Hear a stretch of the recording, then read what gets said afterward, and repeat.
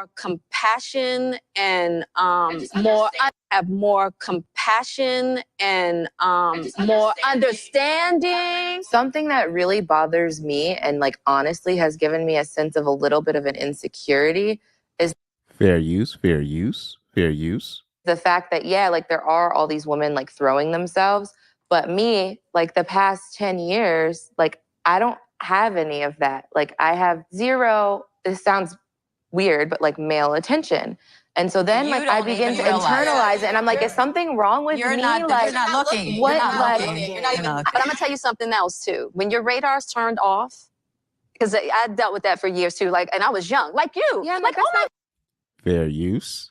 God, I mean, because I don't want it, but Yeah. it'd be nice to know that like someone's looking. But That when your could get radar's dangerous. turned off, right? That You're could get real beautiful. Don't dangerous. ever think for 1 minute that it ain't no some men out there looking at you like I wish.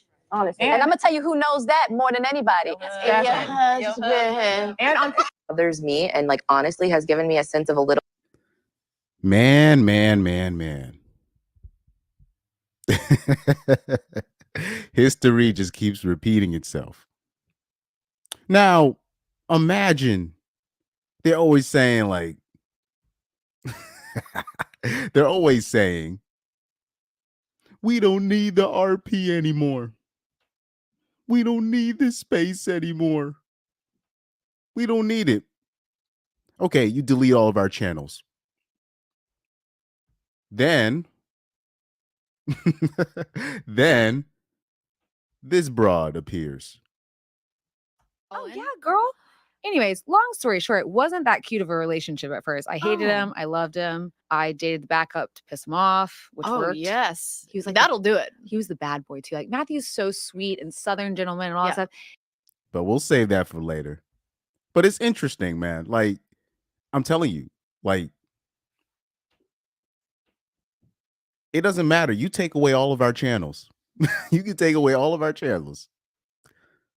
You know, they always say, get rid of podcast equipment only when men say something, right? But abroad could say whatever she wants because she's feeling secure. Because you already know that girl, she already got 4 kids from Stafford. So he's beat. He's done. There's no escape for him. So she's comfortable. She's got the security down pack. Now she can let loose. She's been hit the wall at warp speed. So she's just you know? But this is my reference.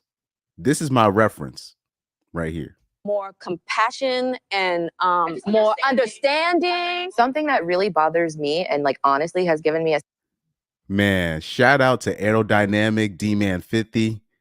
Shout out to members of the war band that have tuned in. But right here, what he says, women red pill more men than the manosphere. And this is what they just won't understand. Women are gonna be women. Women are just gonna be women, man. Like I said, they could take away all of our channels. They're gonna still screw it up. They're still gonna screw it up, and there's just gonna be more channels pop up because people are gonna have questions. People don't even understand with the Aisha Curry thing. People think it's Kevin Samuels that kind of sparked this space kind of to the mainstream, but I believe when Aisha Curry went up on there on that Red Table Talk and said her nonsense, I believe that's what sparked it, because that was 2019. That was I will never forget that, because it was I think it went viral on a Monday or a Sunday or a Tuesday. I don't remember, but I remember it fell perfectly on a Tuesday. So Corey Holcomb 5150 show was about to cover it, but then he ended up going on Zoe's Mansion show, and I was like, oh man, they finna kill this topic. I was like, once Aisha Curry did it, I was like, man, they finna kill it on Zoe Williams show. I could not wait. I was waiting with popcorn, bro. I was waiting with a soda.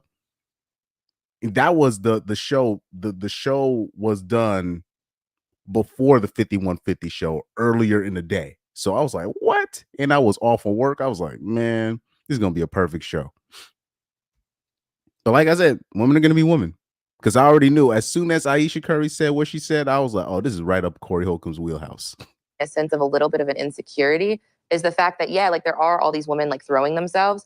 But me, like the past 10 years, like I don't have any of that. Like I have zero, this sounds weird, but like male attention. And so then like I begin to internalize it. And I'm like, is something wrong with me? Like, you're not looking. What? You're not Like, looking. But I'm gonna tell you something else too. When your radar's turned off, because I dealt with that for years too. Like, and I was young, like you. Yeah, like, oh my God. I mean, because I don't want it, but Yeah. it'd be nice to know that like someone's looking. Yeah, I don't want it. This broad is has it the way most broads want it. This is where people started putting two and two together. Like, what? You got a NBA champion, tall, light skin. What's it? Green, but what's it? Hazel eyes, whatever. Guy has clout. You have kids by him. Everything's taken care of. You don't have to lift a finger. You don't have to work for the rest of your life. What? And they're just literally like, and you still want what?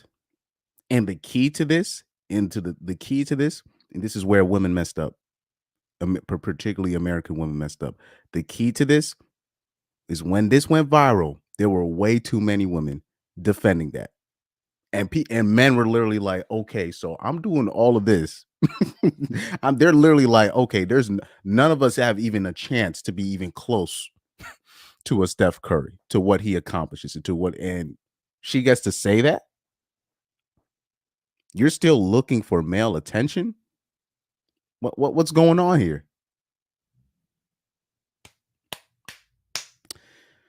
Oh man, I'll say for the past 2 weeks, there's been a couple key events that's been happening, but I want to hone in on these two events, right?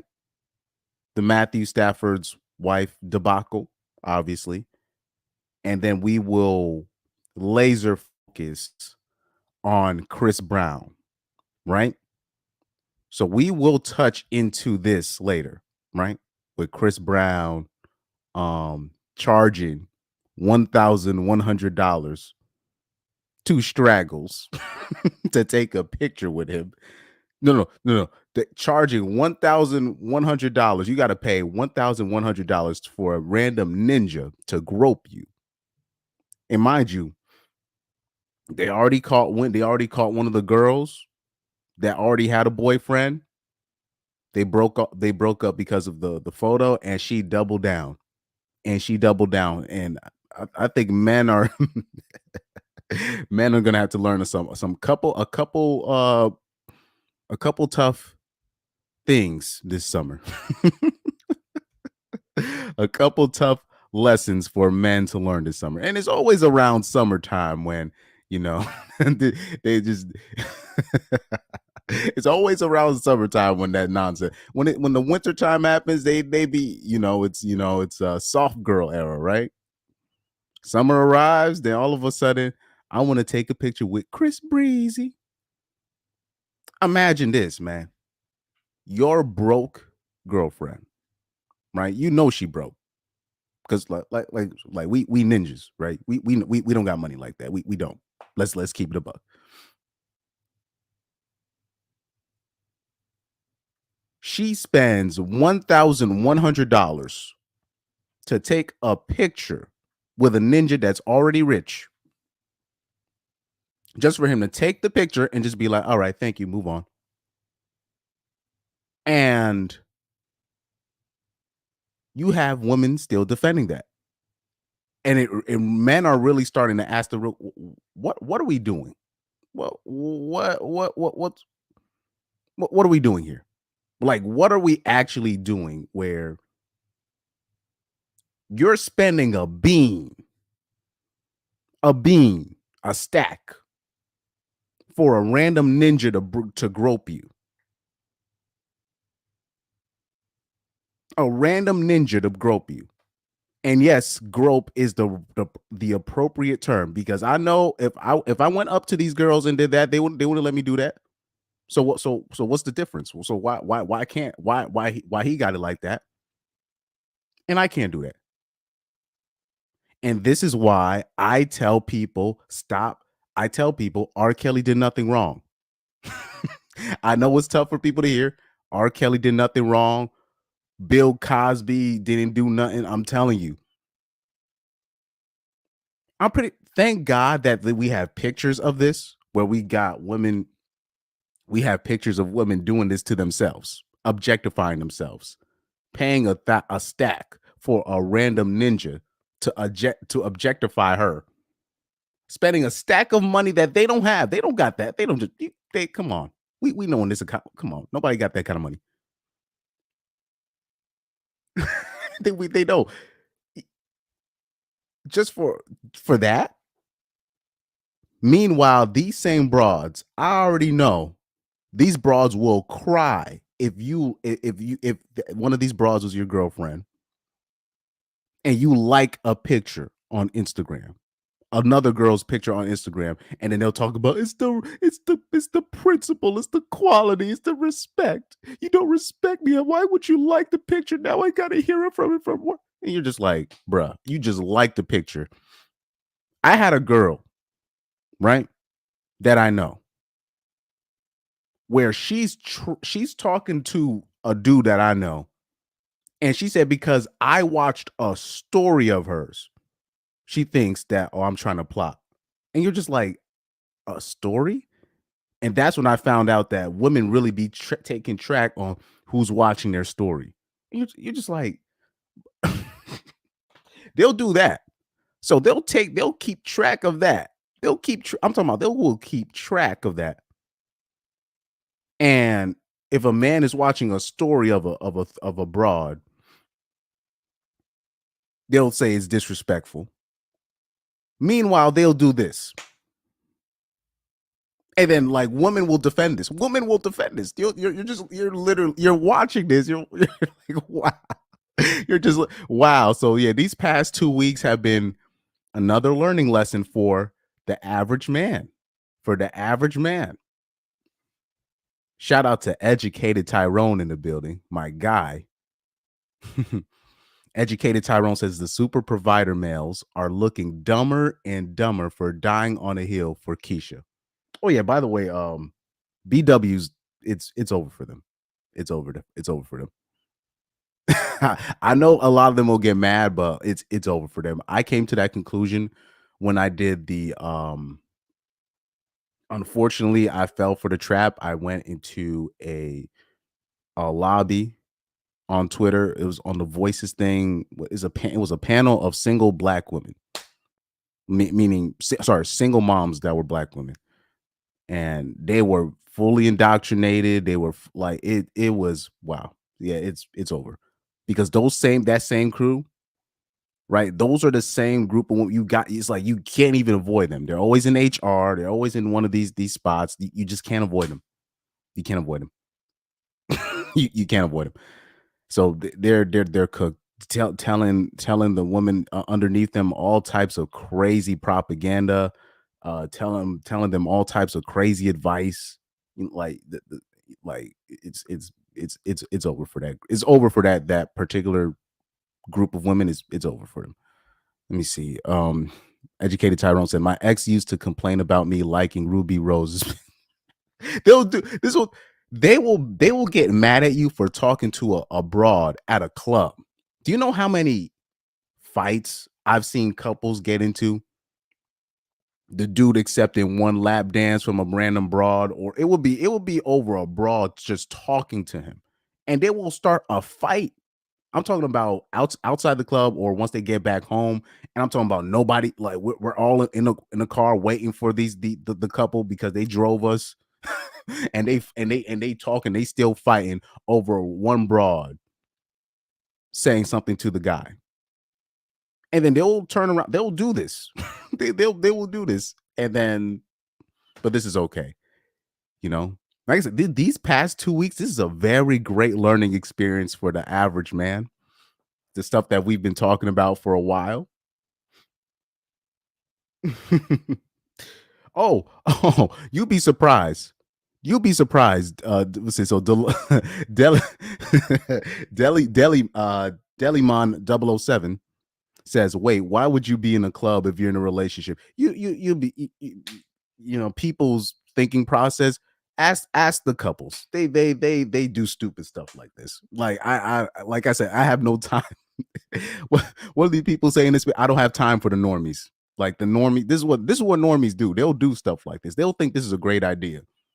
Couples will think it's a great idea for them to go to the club together when they could just stay their ass home. There's nothing but drama that can come from that. But like I said, people, they want to go out, they want to do certain stuff, but like, yeah, they'll do this. And we already know somebody's gonna get into a fight, somebody's gonna disagree. One girl is gonna look at something that she's not supposed to, or he's gonna look at something he's not supposed to. But people think this is a good idea. And really, it'll be either the guy or the girl that suggests it, but really one of them, they want to go by themselves. This is what people do. Like, this is what I got to, and this is what I got to deal with too, mind you. This is what I got to deal with. Delimon also says, I've seen people in strip clubs, but they knew why they were going and signed up for it. But a club, what do you think is going to happen? But like I said, I told you when I made my my top 10 list, right? I made the top 10 list of things like red flags in a woman. And I always said this: if you're dealing with a woman that has ever had a fake ID in her life, ever in her life, just throw her away. She's looking for attention. This is a woman that looks for attention in all the wrong spots. Right. And I know these broads, they'll be in it don't matter the suburbs, the hood, right? It doesn't matter. It does not matter. And they'll it doesn't matter where they come from, guys. Not, black, white, Hispanic, straight, gay, it don't matter. They're all the same. They're always looking for attention in all the wrong spots. All the wrong spots. And really the broads from church, they're no different. The broads from church are no different. They're just not really, brave enough to go to a club. And so they're just like, all right, let me just go to a church instead. Educated Tyrone says, I'd go to a hookah bar on a chill spot, but not an actual club. Well, like I said, like I've been at a club for work purposes. Like I don't want to actually be there, but when you see these things like in real life, you're just like, like the decisions that people make, the stuff that I see people do, it's hilarious. It's hilarious to me, man. It's hilarious. So Educated Tyrone says, I'm 36, so I ain't go to no club whether I'm single or not. Now though, LOL. Yeah, you still see there's still plenty of 36-year-olds or older dudes that go to the club that still be dressing a certain way, still running game, mind you. Dude, I was at when I was in New York, I was playing at Cannoli's Club. That was a favorite, mind you. I didn't even like when I do gigs at bars like that. That's no money in that. That's just me doing a favor because I know a friend, right? That's just me doing that out of the kindness of my heart. But I did a gig at Cannoli's in New York, and there was a dude in there trying to run some skinny white dude trying to run game, doing cold approaches and stuff. I'm like, oh my god, it blows your mind. These people, and I'm like, some of the girls I knew that was there, I'm like, these they have a boyfriend. They're just there, just yeah. So Delimon says that reminds me of a girl who had a fake ID, underage drinking, and they were trying to portray her as a good girl who was silent and an introvert. They don't. If she has a fake ID anytime in her life, that girl belongs to the galaxy. Said turns out she was doing that 24/7 and she wasn't a good girl. Yeah, you'd be surprised. Like they'll say this is a good girl, and then you find out she has a fake ID. I'm like, why you got a fake ID? Why you got a fake ID? And that whole innocent stuff, I don't. Ooh, I got something for that. I got something for that. I got something for that. I got something for that. I got something for that. So Aerodynamics said, I stopped going to the club after seeing girls make out with 10 different dudes. Well, believe it or not, I've seen worse.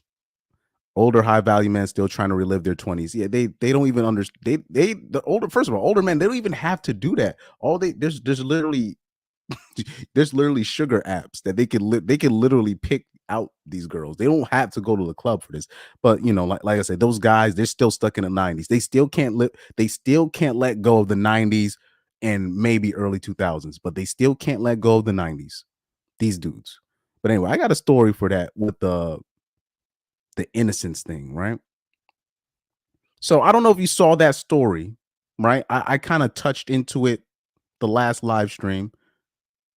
So remember when Benzino kind of went viral? He went viral for It was just like defending. Do you think we should give R. Kelly a So he was talking about maybe we should give R. Kelly a second chance, right? And this is his opinion. I just want you to hear Benzino out here, what he said about R. Kelly. Just hear him out, and then I'm going to show you what his daughter said in terms of trying to act like her father was completely in the wrong and how she tried to disown her father. But let's hear out Benzino here. Let me refresh it, though. Let's refresh it. think we should give R. Kelly a second chance? Everybody deserves a second chance. I know that Elvis, a lot of them were 14, 15. I know Nick with young girls, to keep it 100, right? I'm not into that. Again, the legal age is 16 years old. So does that make it right if it does it? Yes or no? To everybody on the table. Absolutely Does that make it right? No. If it's legal, does it make it right? Now, when he was asking those girls at the table, of course they're going to say no. But I bet you if you did a investigation on when they were 15, 16, what kind of ninjas they was messing with. If a date's a 16-year-old. Makes it very wrong. I Ladies? don't agree. No, it's gross. All right. So, but it's legal in America.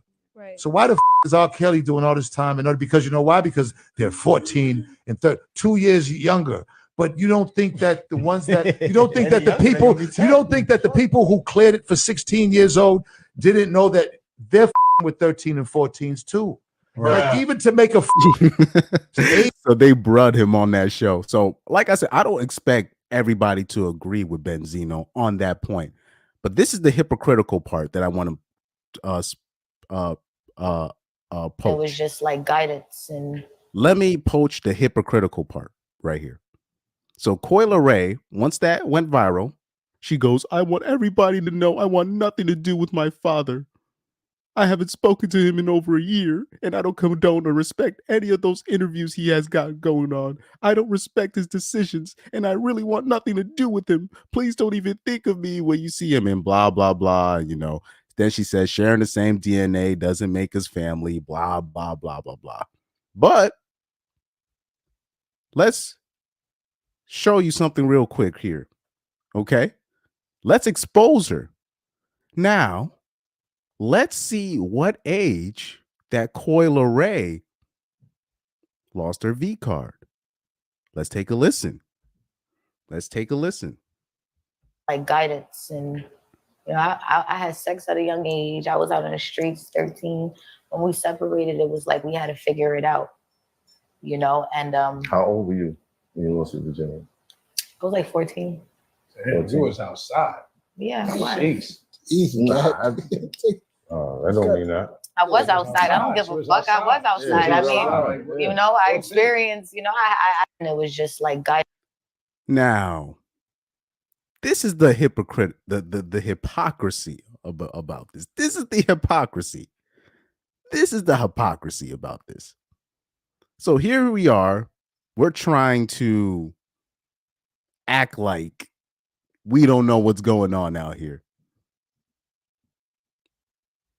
So here you are criticizing your dad for quote unquote defending R. Kelly, quote unquote, because he was just trying to make a point. It was probably poorly made, but I saw what Benzino was trying to say, right?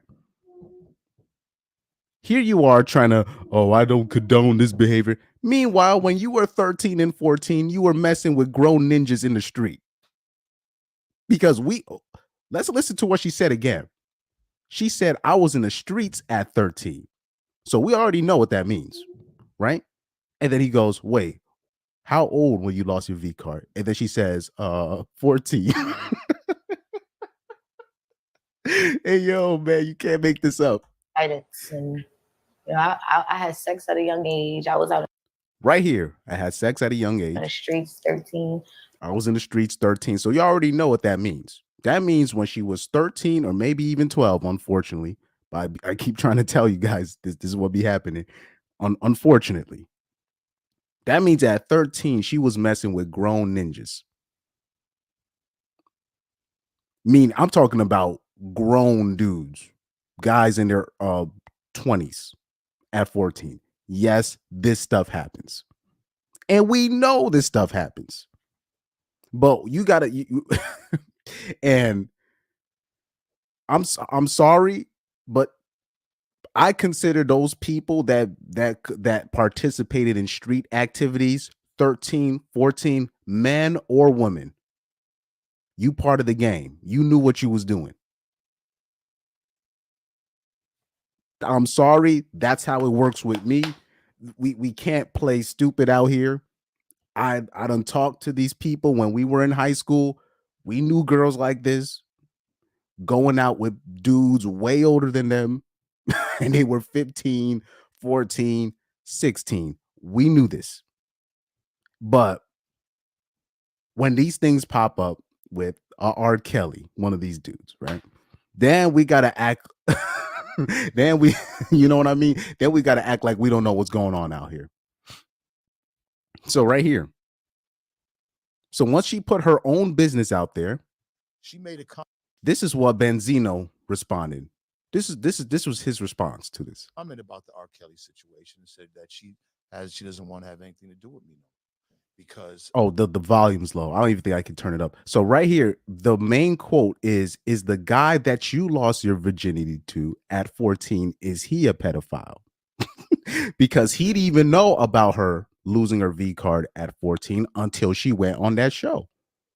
So Benzino, I could tell Benzino was like, damn, I remember the type of ninjas my daughter was hanging around at 14, 13 years old. So he probably put 2 and 2 together and he was just like, oh, I already knew who she lost her V card to.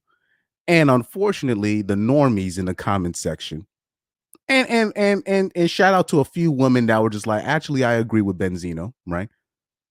But this is the nonsense that I got to deal with, right? When I'm talking to people. This is the nonsense I got to deal with. So I'm going to zoom in on the comment.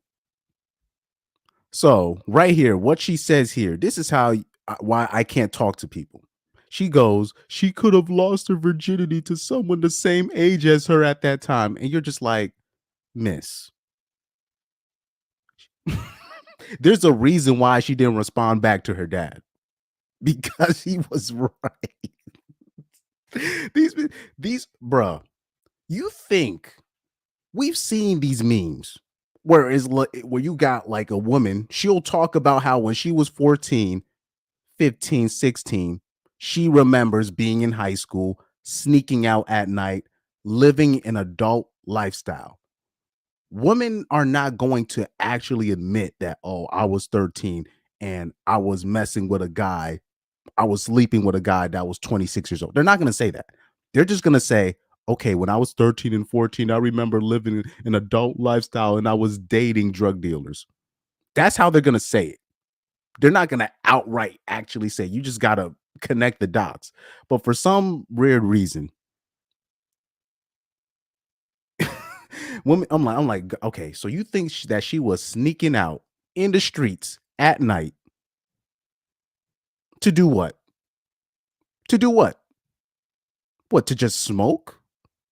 To what? To do Bible study? No, she was sneaking out on the streets with grown ninjas sleeping with them. That's what was happening. I don't know why people can't put 2 and 2 together, but these are the normie comments that I got to deal with. These are the normie comments I got to deal with. The worst, absolute worst, talking with these people. Oh, the age of consent. They said most states have 16 or 17 as this age, still have rules. You have to be within 4 years. Yeah, exactly. But first of all, even then in high school, like I said, I knew girls, they was messing with 30-year-olds, bro. And they were like 16, 15 years old. I'm talking about in the suburbs. So let alone the city. Because we already know in the city, those girls were like 13 running roughshod with 23-year-olds in the streets. 23-year-old men, I say. So right here, Delimon is testifying. He said, what I found funny is in high school, a lot of girls I knew were messing around with men in their 20s. A lot of them got preggo and went on to have happy families. Now, that's the double-sided coin to it. So the women that are against age gaps relationships are the ones that were dating older dudes and it didn't work out for them. And then the ones that actually have no problems with age gap relationships really is the ones that they got like they were in an age gap relationship and then they got married. So of course they're gonna say, oh, it turns out nice. Oh man. But yeah, I know educated Tyron. I already know. I know that there's a limit, obviously, but the women that I knew in high school, they weren't they weren't worried about the limit. So obviously, like if you're 16, there's a limit in terms of if you're 16, you can't go over like 19 or 20. Certain it's like it varies state by state. It varies state by state. But it's not really meant for grown men, but grown men were still messing with. I'm talking about 13-year-olds, dog. Like 14-year-olds. I am not joking. I'm not exaggerating when I say this. I'm not exaggerating when I say this. They'll be like 13, 14 years old and they were messing with men. Not and that one lady with that comment talking about what if the guy was the same age? No, when you're dealing with when you're dealing with a 13-year-old, 12-year-old girl, if they started having sex early, the guy was minimum 4 years older than her. 4 years older. Trust me, this is confirmed. And the guys that would deny me and act like I don't know what I'm talking about, I've had girls say, "Oh, you're right." Literally I'm talking about out of everybody, nobody want to talk about it. And he's like, "Oh yeah, you're right. You're right." I'm not saying it's right. I'm just saying what's happening, you know?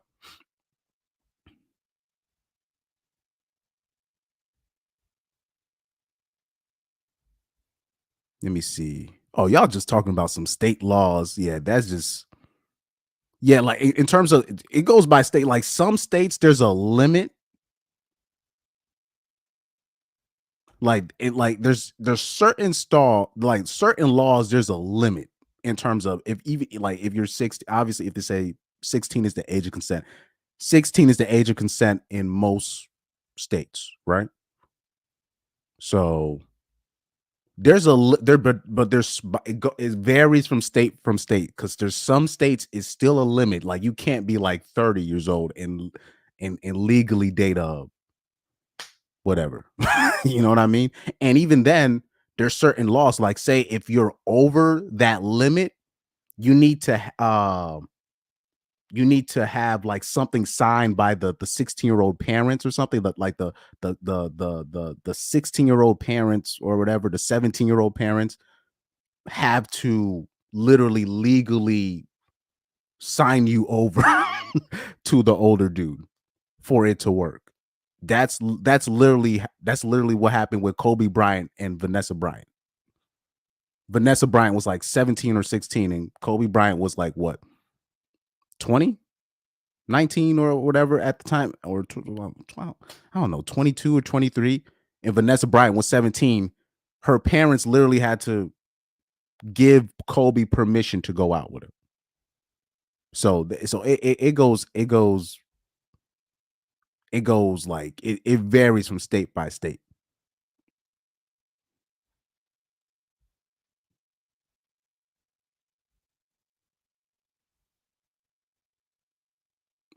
Why are you guys having an argument? Jesus Christ. Why are you guys having an argument over broads? Oh my goodness. So educated Tyrone says, Chris, your boy is a goofy. You guys are arguing over nothing. You said he mad at me because he's an expert on talking to young girls and I don't. It's not necessarily it's like Tyrone. You do know like worldwide is like it's actually the age is a lot lower worldwide. You know what I mean? And just because somebody knows the law in terms of that doesn't mean he's condoning it. He's just telling you that's what it is. You know, obviously we're not looking for 16-year-olds, right? But he's just I'm pretty sure he's just talking about let me review this. There are also more countries. Yeah, that's what I'm just saying. Like in the US, it's actually I'll say this, educated Tyrone, I want you to look up what the age of consent used to be in America. You'll be floored. You'll be floored. If you did the research, educated Tyrone, if you did the research on what the age of consent was in America, you'll be floored. You'll be floored. I'm talking about you'll be floored. So you're saying dudes above the limit think that they're I don't think Delimon wasn't trying to say that he's just telling you what it is. It's not a matter of what he condones. He's just telling you what it is. You know? So educated Tyrone, you might I think there was a miscommunication between you and Delimon because I only know this particularly the warband members. We're not looking at it emotionally. We're just telling you what it is. If you do the research behind the age of consent, forget worldwide, how it used to be, you'd be floored. You'd be floored. The only reason why, as Americans, right, we're so used to 18 is because when we make TV shows, it's in Hollywood. Right. So Hollywood, they're just going by California state laws. And in California state laws, 18 is the age of consent. Like, you can't question it. Right. But if you you take Brazil, like I remember there was a story in Brazil. And like I said, people are very like they're not informed on like worldwide on how things are.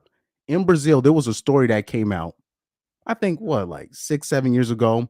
It was a janitor. It was like a 26-year-old janitor and a 15-year-old girl was involved, right?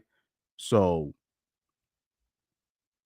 the 26-year-old janitor, the male janitor, him and a 15-year-old girl got involved, and unfortunately the girl died of a heart attack during the encounter, right?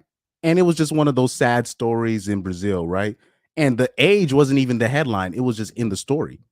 And then people it was Americans all up in the comment section. Like, she's 15 and he's 26. And blah, blah. I'm like, guys, the age of consent in Brazil is like, it's like 14, if I'm not mistaken.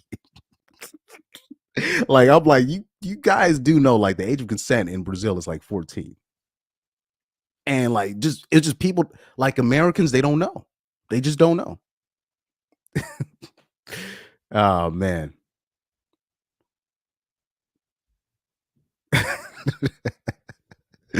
Oh man. But educated Tyrone, yeah, you probably owe Delimon an apology. because I'm pretty sure all Deli Mom was trying to say like, oh yeah, like the age is this, but that's why like this discussion is hard for people to have. It's really hard. Like people would be floored, like people would be shocked, like in certain places in Africa. Like I believe the age of consent is the way we have it in America. I think it's fine, either 16 through 18, maybe 17. I don't know, right? And I believe if it's 16, there should be what we already have. It should be a limit. You can't be over a certain age, and if you're over a certain age, you need permission from the parents. If you're serious, because if you're clearly not serious, then it's clear that you're just trying to be a perv, right? So the way we have it in America is kind of, I think that's how it should be. And maybe I'm biased because I am in America. But yeah, oh yeah, aerodynamic. He said aerodynamic said in Europe it's like 12. Yeah, there's certain countries in Europe it's like 12. People don't even like and here's the thing when it comes to these age things, right? You need to know these laws. You need to know these laws. The reason why you need to know these things, imagine if you have a daughter, if you have a son.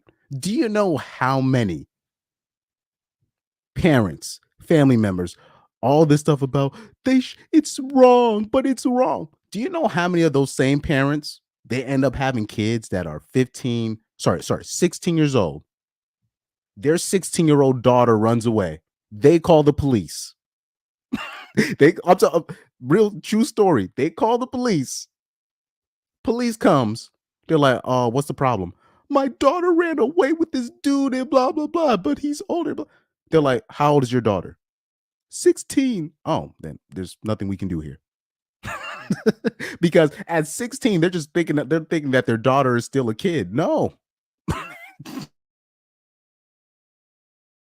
Better be watching your daughter during that time. Not even at 16. You need to be making sure these ninjas is away from your daughter if they're around a certain age, and you cannot be naive out here. This happened to a family.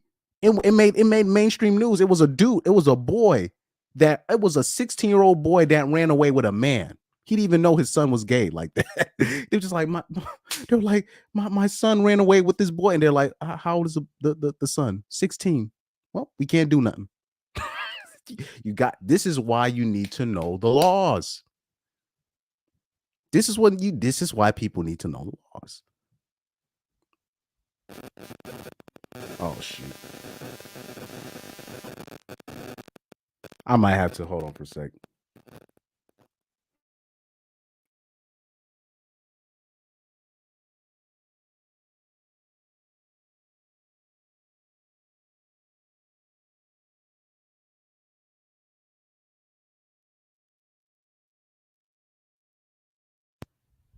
Sorry about that.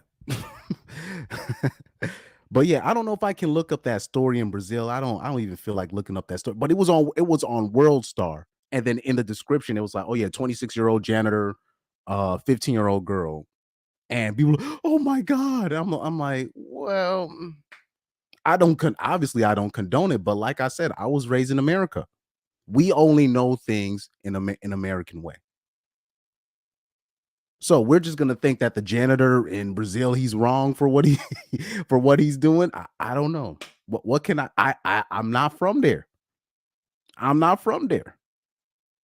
I think that's too much. I don't think, me personally, I don't think a man should be with a 16-year-old, especially like I'm talking about if you're a man, like if you like for me, like me personally. No, I'm talking about not on no simping shit. Like not on no simping shit. I believe if you're like a 30-year-old and you looking for a 16-year-old, you wild for that. In my opinion, I think that's wrong. If you like 30 and you looking for like a 16, right? Because because everything that you're saying, obviously she don't even know what the world is. I'll say this: if you reach a certain age, you should be strictly okay, 18 and up. If you a certain age and you talking about 16, then me and you, we gotta then nah.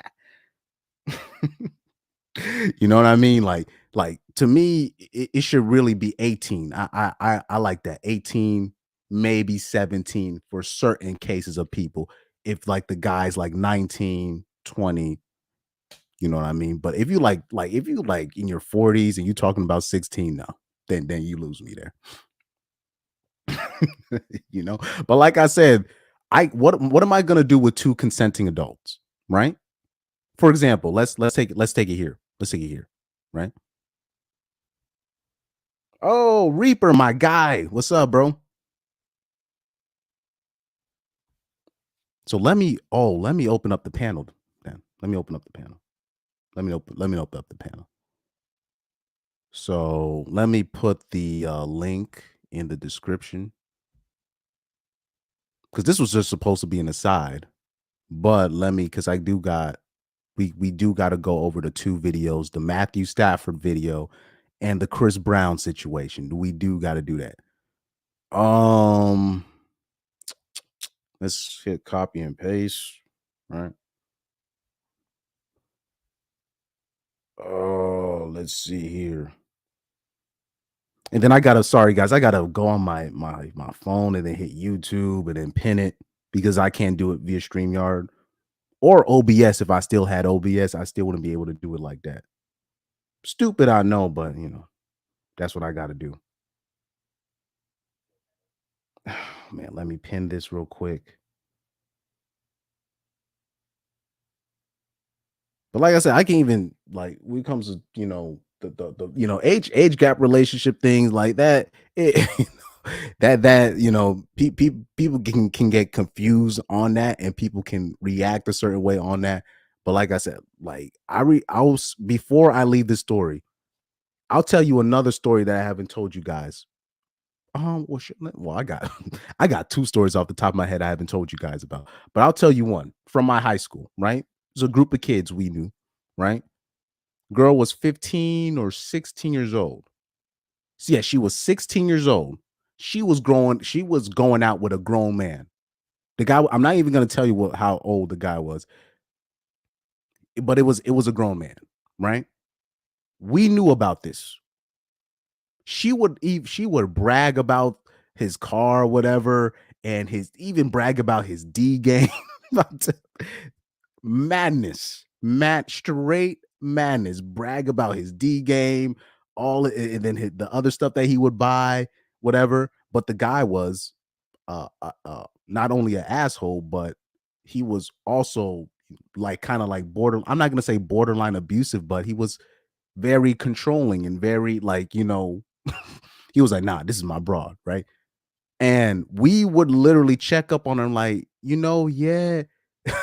we literally had well, not me, because I was just watching, but I knew one of the dudes that cared about her was like, look, even though he has a good D game, he can't treat you this way and blah, blah, blah. And she would just look at these people, look at us, and just be like, just like, basically like, can we stop? Even though she's the one being taken advantage of. But this is what we got to deal with. This is the nonsense we got to deal with, right?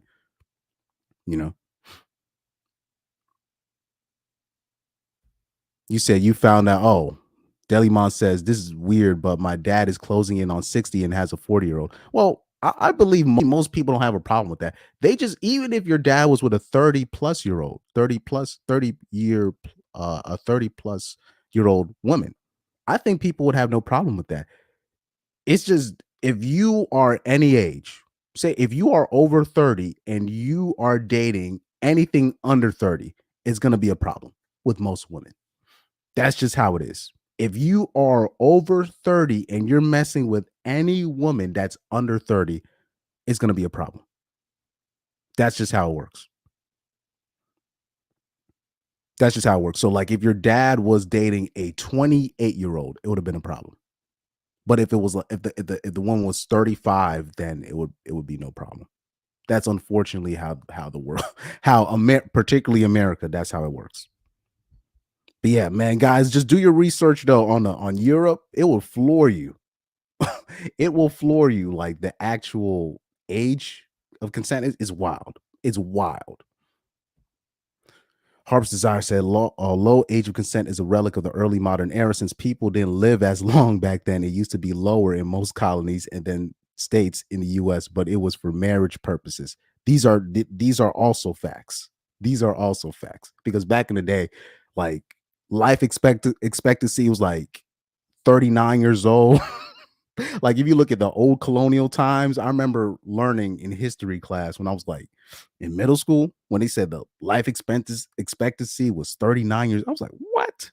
35? I was like, are you kidding me? So if you was like in your 40s or 50s, you was considered like a real grandpa. I was like, I was like, man, that's wild. That's wild. Yeah, but those laws, it was mostly because of it was for marriage purposes. Let me see. Harp's Desire says, with that said, that BS that women talk about, the brain doesn't finish developing until 25. Do you know how many memes I've seen of this? It's like I said, I don't even argue with women online about this stuff anymore. They just will just throw stuff up and they're just gonna keep. I always use the example with Mia Khalifa, right? The adult actress. She's always gonna run that story that, oh, they took advantage of me. I didn't know what I was doing in terms of, you know, her adult scenes, and I was only paid this amount of money and they took advantage. So she's always gonna run with it, even though the actual Korn website came out and said, no, this is not true at all. But she's just gonna keep running with it, just keep running with it. And eventually people are just gonna believe her. So she's smart. Because women, that's how women usually get their way. They're just gonna keep going at it until you finally submit and just be like, you know what? You're right. You're right. We welcome Pyro to the stage. What's up, bro? I'm good, man. The same story you're talking about the consent laws. I think it's the same way over here, over back in Jamaica. I had this homie, and he was with this girl, but she looked old enough.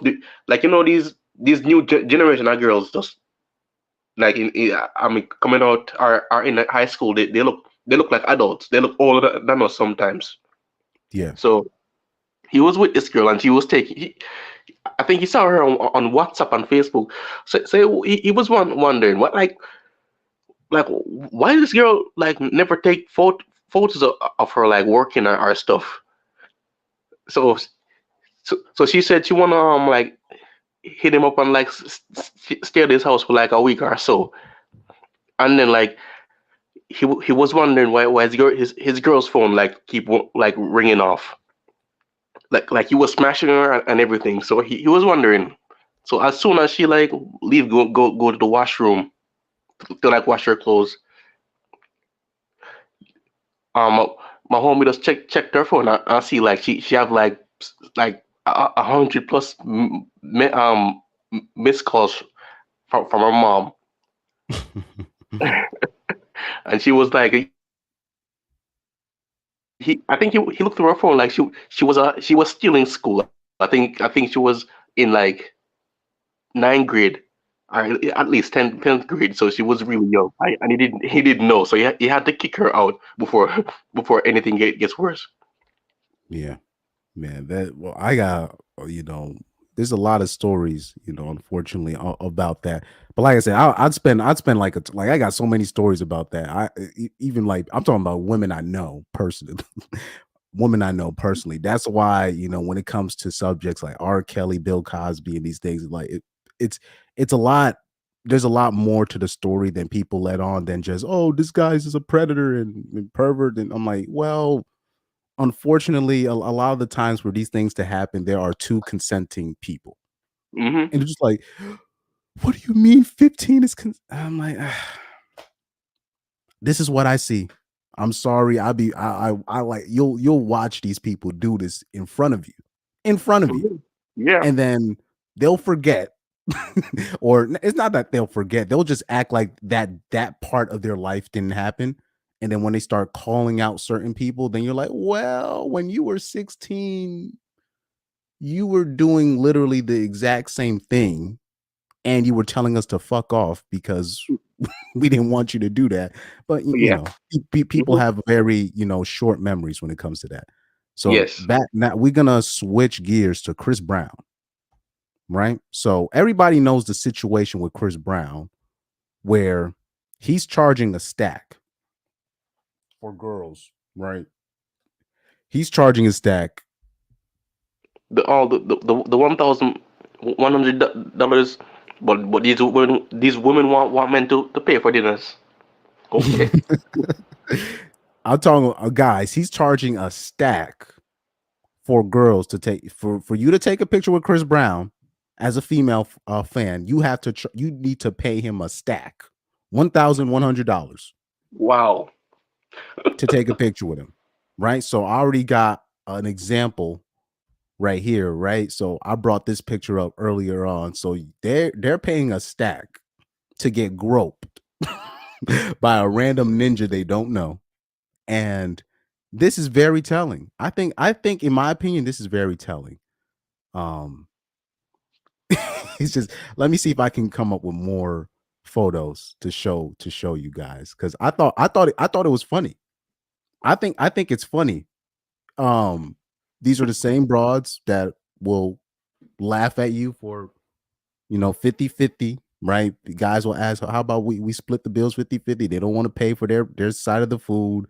They don't want to pay for this. They don't want to pay for that. They, when it comes to child support, they don't want they want the man to cover the rent and the other stuff. They don't ever want to pay none of their money. All right, fine, whatever.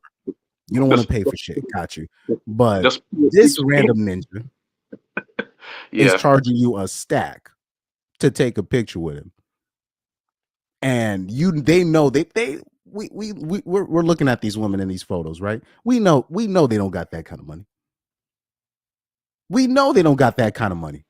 I got another picture right here. I like this picture right here. This is hilarious. I don't know if I can show this picture. But this is this is hilarious. This one right here. This is hilarious. That's my favorite one. This is hilarious to me. And they already caught, some of the girls, because a lot of those girls, I'm gonna keep it a buck. A lot of those girls have boyfriends, right? Yes. And some of those boyfriends are catching wind, and they're just like, oh hell no. I know there was one specific instance. The boyfriend broke up with the girl. There was one instance, the girl was the fiance. So this is the one I'm going to show you guys right now. So one of the girls at the airport, they found one of the girls in one of the viral photos. And the girl in this viral photo, she ends up telling, or the woman recording her, right? She tells her the story on how her boyfriend canceled the relationship because of this, and she's doubling down on taking the picture with Chris Brown. She has zero regrets, as a typical BW would have, but just take a listen to this, man. From Columbus. Oh, Columbus. Yep. Literally after my picture went viral, my boyfriend broke up with me about a week later after arguing because he felt like Chris was too close on me. I'm just like, it's one of the most respectable pictures. It was like I was bending over grabbing my neck.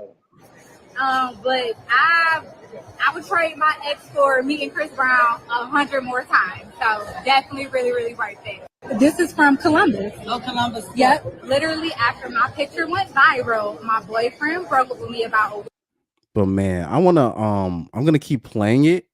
Week later after arguing because I just want to pause it because I just want to do a zoom in on her forehead because it's wild. Because you could tell, like in this photo, she had like her weave, nice and laid and permed out, like Rev X, you know what I'm saying? But Look at her real. Look at her actually how she really looks right here. Look at the top of her forehead, dog. Bruh, right here, bruh. And bruh, what other man is going to accept that? And you cancel, and then that was they found the guy that was her fiance, and the guy was like, "La, once I saw the photos, I was out." You know, and I'm like, bro, you canceled a whole future with a dude that was gonna have you set for a picture that she paid out of her own pocket for a man that doesn't need the money. And I hope it was worth it.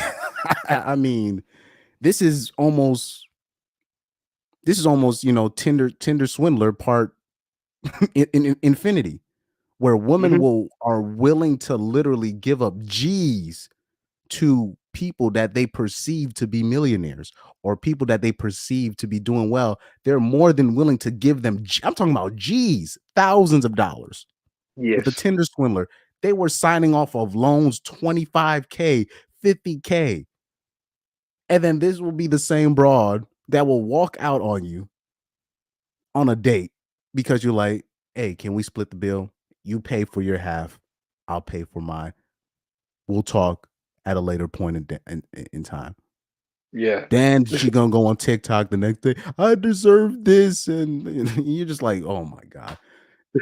Then meanwhile, we got Stevie Wonder here, bold and I'm talking about. Have anybody ever seen Stevie Wonder's braids? Right, yes. like this is exactly what Stevie Wonder's braids look like. I'm gonna do a more proper zoom in real quick. We're gonna zoom in straight. Oh man, I zoomed in way too much. So we're gonna zoom in straight on because I was like, damn, that's where her braids start. That's why she had to make sure that weave was straight for that particular, you know, photo. But god damn, she got that ET thing going on. And this is and she's the one trying to dictate terms. That's wild. That's wild, you know, to me. But you know, but these are the people that are dictating terms. These are the people dictating terms. That's just you know, I'm flabbergasted. I don't know all the words that I can use to describe the nonsense. I don't know what else, what other you know, words to use. Let's check these things. People tend to forget about the development of oh, these are that's from something different. That's from something different. So Harps and Desire says it's amazing how Guy has female fans after giving Rihanna purple goggles. Oh. But I'll say this though. If it wasn't for Chris Brown's female fan base, he'd be beat because like the industry literally tried to cancel Chris Brown, but because Chris Brown has a heavy, loyal female fan base, that's what saved him. That's what he was like. The industry, they're still trying to cancel him. They're still trying to cancel him over that thing. I'll say this: Rihanna needs to come out and just be like, "Look, I started the fight. I got my ass kicked. I deserve the ass kicking that I got. You know,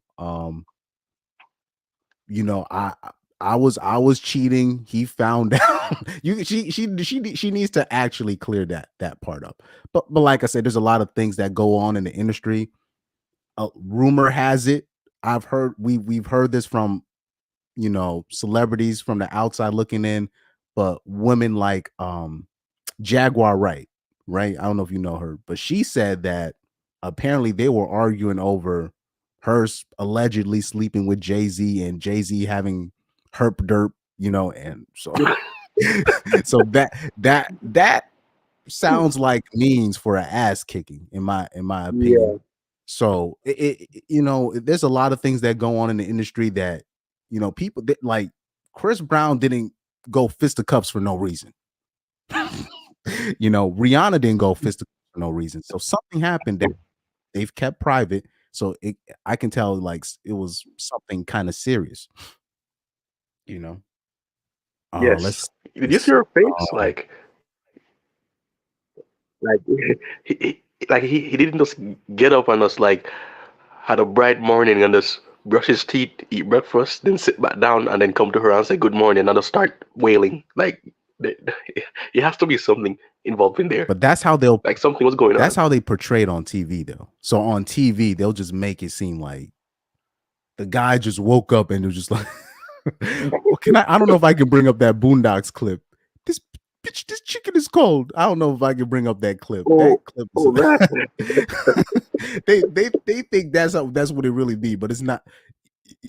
that's not how it goes. Something happened that led up to that. That's usually what happens, but people don't want to, touch that side of the story. Let's see here.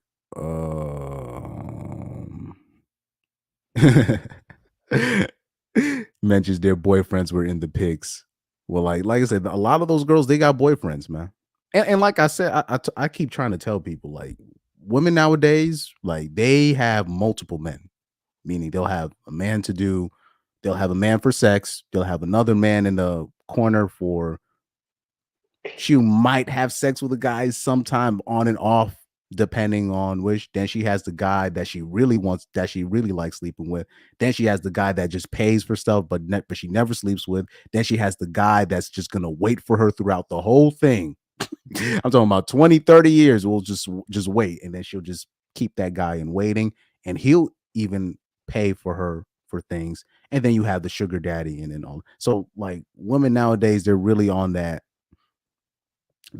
demon time in terms of dating. Well, not necessarily dating, but having multiple men for multiple purposes. So, you'll have girls, they'll do that because they think they have options, but they really don't. But unfortunately, they kind of learn the hard way once they hit a certain age. Let me see. Delimon says, actually just went to go look up the whole Chris and Rihanna situation. Turns out she was abusing him quite a bit, and he finally retaliated in a serious manner. Oh, yeah, yes. So what people don't understand, when you're dealing with those pretty light-skinned island chicks, they're very aggressive. Like, I don't know if Pyro wants to follow my lead on that end, but I mean, them big. Yeah, like those big forehead, light skin, they be pretty, but they're aggressive as hell. I'm talking about aggressive. So from a person from Jamaica, that's very common. That's why I always watch what you did, because they can end up killing you. So if you're not in careful. Rihanna, in Rihanna's case, from Barbados, I'm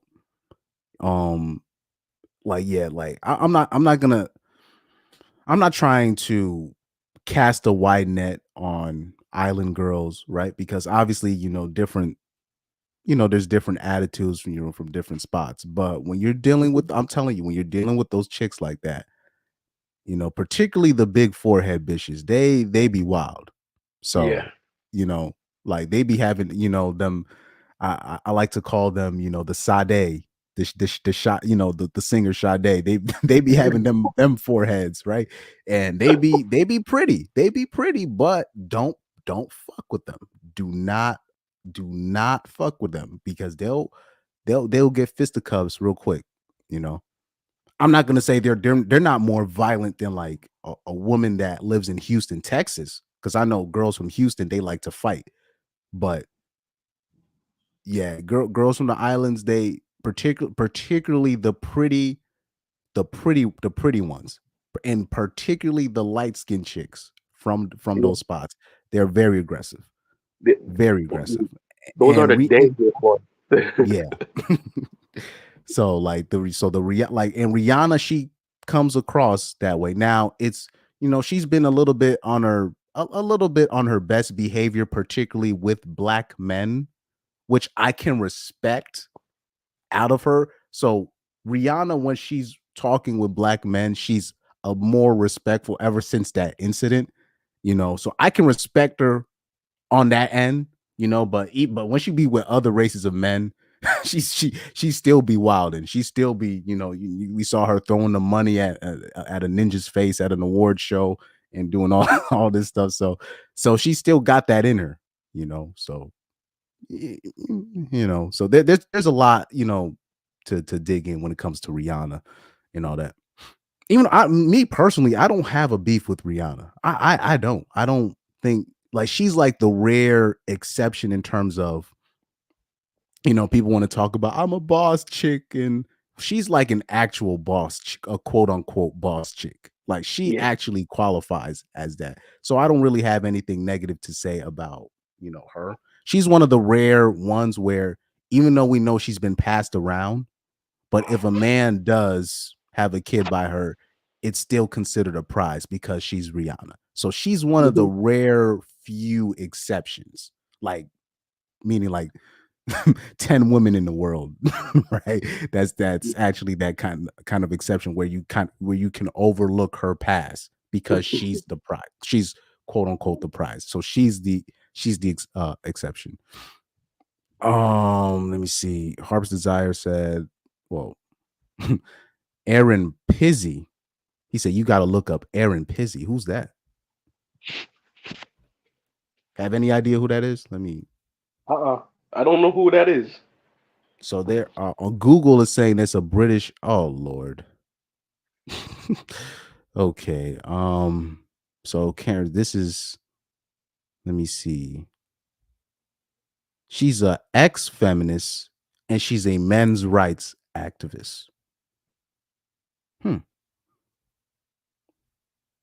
So she founded. So let me see. So I guess she was originally a feminazi, and then what? Did she change? I don't know. I don't know what's going on there. So she was like, oh, so she's like, end violence against everyone. So she probably saw the toxicity. So she might be a classic victim of you know that story of like that female CEO that tried to run like a all woman business, and then she found out that was a mistake.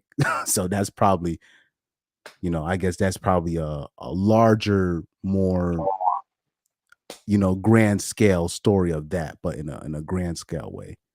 Because I like that story about that woman where she was like, man, I'm gonna start a female led business, and there's only gonna be women in this business, which I can respect for actually taking that route. But you already knew she hit her head hard with that lesson. Yes. You already, because she said once we started doing that, she said it turned toxic real quick. Like she said, like, we actually needed a man in our business to be like, yo, we need a man here. But people got to learn the hard way. So now she had to start rethinking some of her ideals, all that. That just comes with learning and time. That just comes with time, because if you're dealing with, if you're working with all women, that's an awful environment to be in. I'm working with other women will tell you that's, if you're working in an all woman environment, whether it be HR, wherever in the office, that's an awful environment. You need to have at least 3 or 4 men to at least level out the estrogen. Because it's just that's a toxic environment. Let me see. Let me see.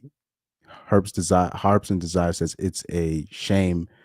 Man traction alopecia has ruined many beautiful Black women's hairlines.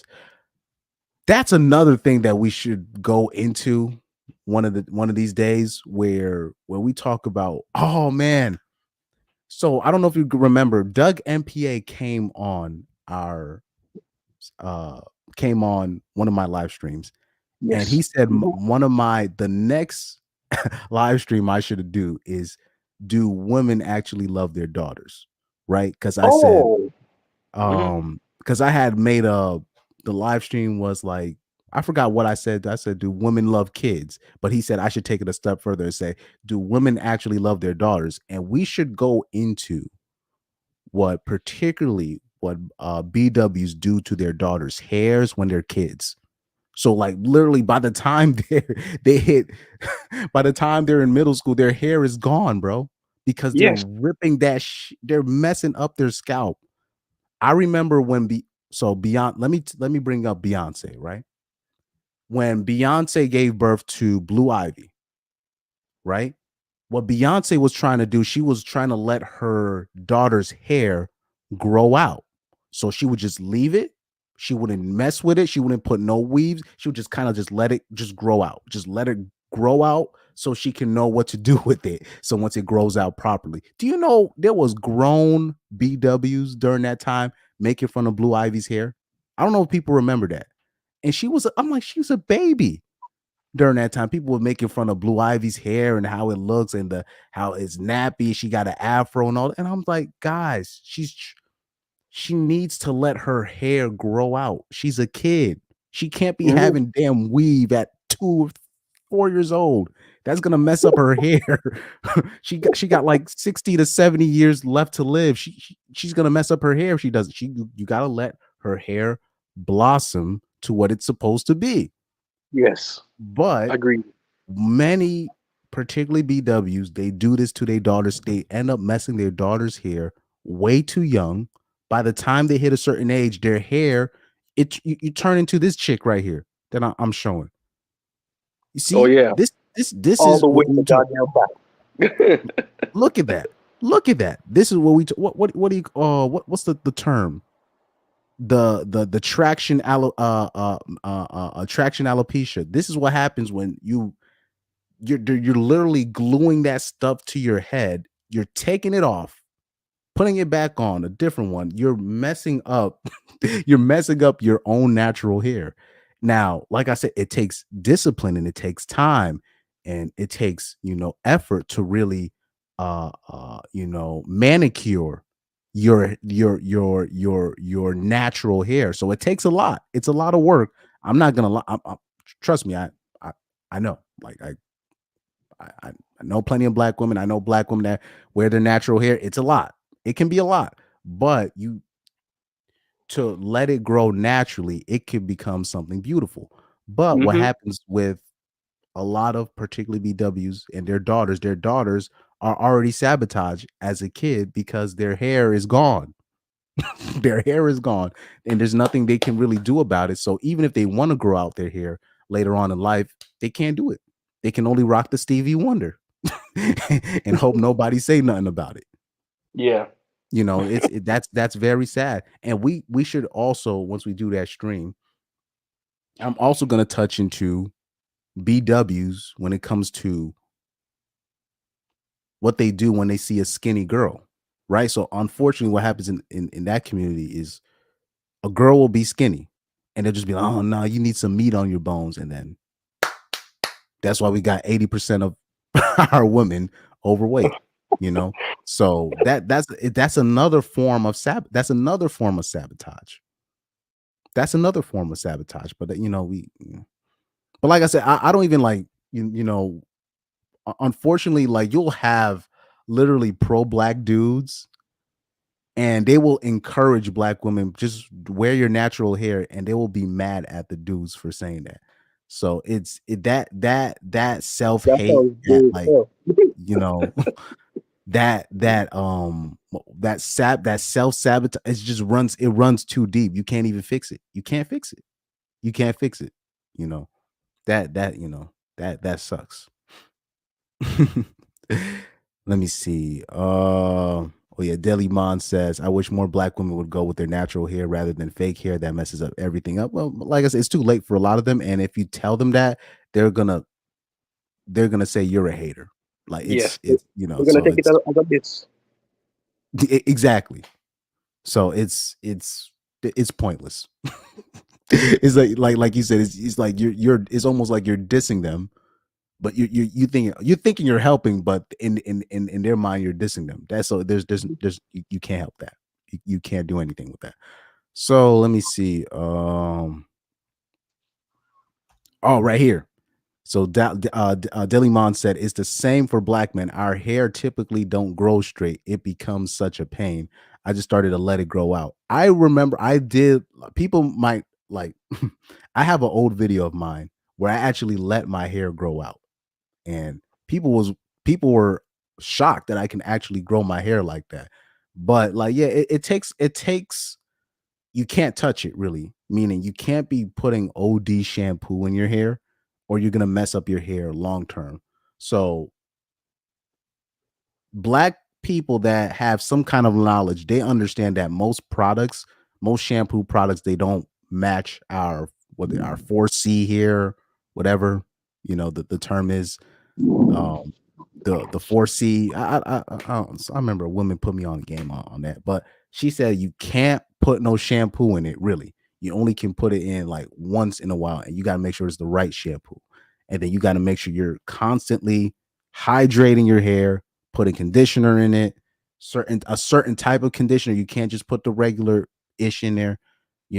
I don't know if I have a photo, but I in 2021. No, sorry. In 2019, I decided to grow my hair out, and I was surprised I was able to produce a certain amount of hair. I just thought I couldn't do it.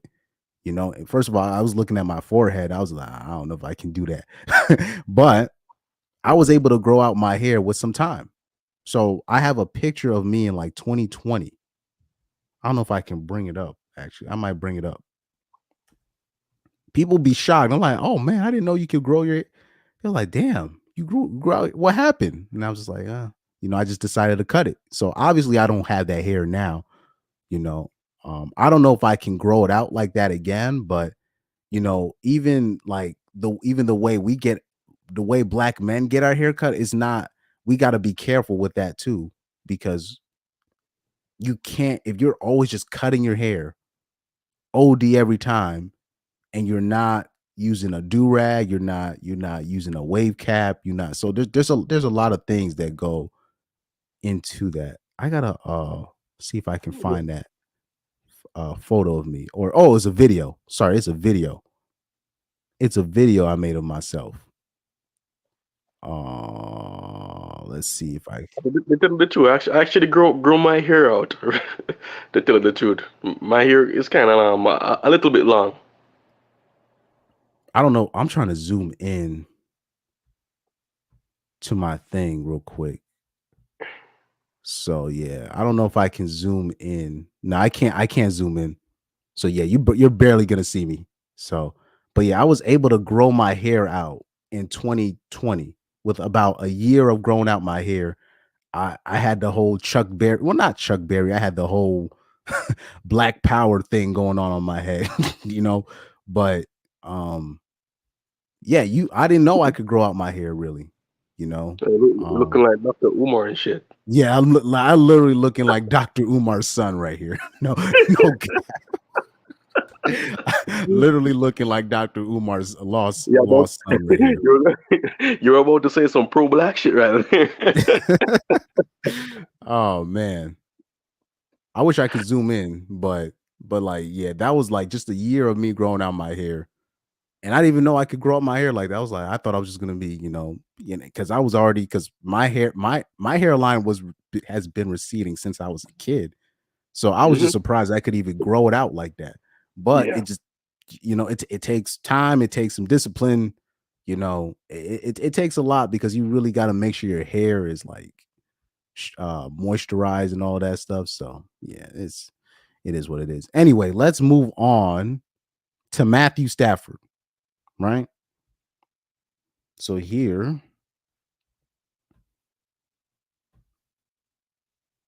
let me see if I can expand that. So anybody that doesn't know, Matthew Stafford is the star Los Angeles Rams quarterback, right? He's the starting quarterback for the Los Angeles Rams, Super Bowl champion, right? Very talented quarterback. He was a number 1 overall pick in 2008 or 2009 for the Detroit Lions, if I'm not mistaken.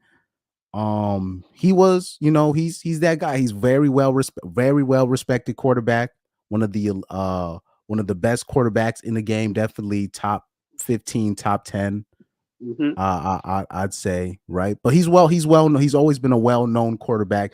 Even in his days in college, people knew he was going to be a number 1 pick, right? Very well respected. He got great arm talent, very talent. Now, he's accomplished all these things, right? Super Bowl champion, all that. All that. Now, you work hard your whole life, right? You pick out a broad that you got in college, right? You raise her up, you put 4 kids in her, right? So she don't got to work another day in her life. I'm going to bring up Matthew Stafford's contract because they be paying these quarterbacks crazy money. Stafford, current contract. 4 years, $160 million, $49 million. So he's making $31 million this year. He has 3 years worth of $94 million remaining on the 4-year, $160 million contract that he got. So he doesn't. So he's set. He's set. And mind you, that's not his first big contract that he got. Even when he was with Detroit, they gave him a crazy contract. Like even when he was at Detroit, they gave him like a crazy contract that made him the highest. That made him the highest paid quarterback in the league at one point. So he's never like. So he's set. He's set. Yeah. You know what I mean in terms of money, status, fame, well known in football. He plaques, all that. He might end up even sneaking into the Hall of Fame. You never know because he does have the passing numbers, right? So you do all of this just for your broad, your wife, I'm not your girlfriend, your wife, to go on a podcast and do this. Utter just pure betrayal. Just take a listen to Matthew Stafford's wife, and that's not going to be her. Matthew Stafford's wife is going to be the blonde-haired chick that they're going to show, right? And she's going to reveal what she did in college to make Matthew Stafford jealous and to take her seriously. Just take a listen. Wait, so was he trying to casually date and you were all in? Yeah, girl. Anyways, long story short, it wasn't that cute of a relationship at first. I hated him. I loved him. I dated the backup to piss him off, which worked. Yes. He was like, that'll do it. He was the bad boy too. Like Matthew's so sweet and Southern gentleman. Oh, And no the wonder backup why. was the complete opposite. Yeah. Ooh, and it upset him. So they lived in the same dorm because athletes lived in the same dorm, and he would see my car there. And so at one point he like waited and followed me out and got in my car and wouldn't get out. And he was like, "This is so hot." I was like, "This is amazing. It's working." Yeah. I was get out of my car, and he was like, he's not right for you. And I was like, what?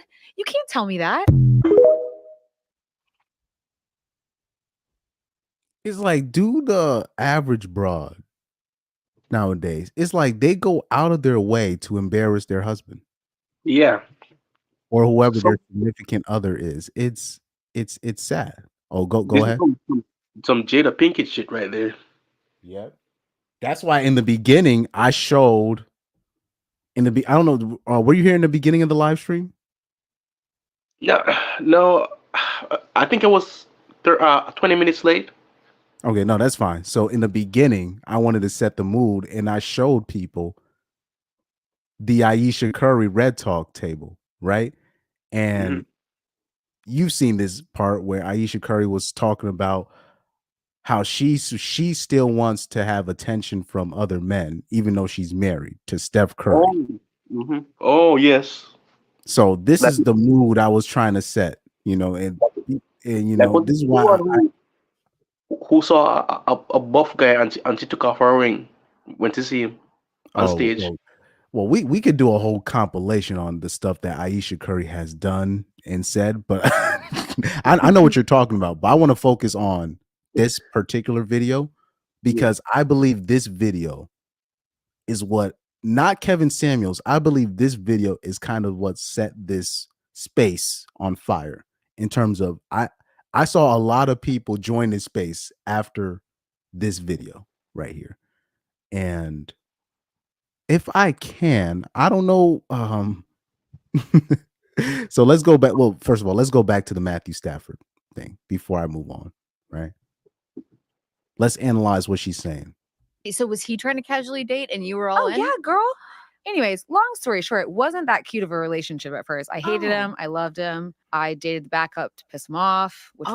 So for her to even admit that you were sleeping with the backup quarterback at Georgia just to piss off Stafford, for you to even, there's certain things you're not supposed to be saying.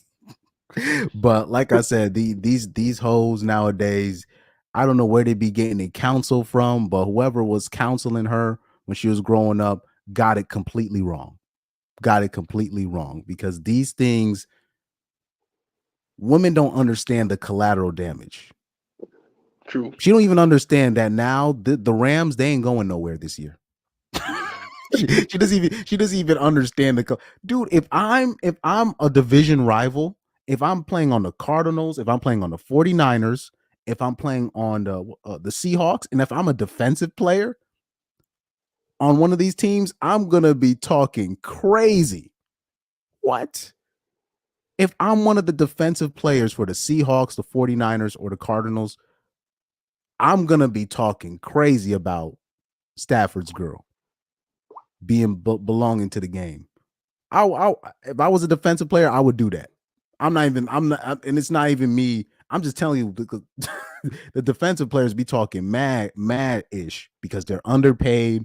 They don't even be getting no money like that. So they do anything that they can to keep their job. So you think, bro, so forget the opponents. The opponents is going to rip you. The opposing fans, they're going to be chanting the backup QB from Georgia's name. And you know how fans, they be doing stuff like that. They're going to be doing that.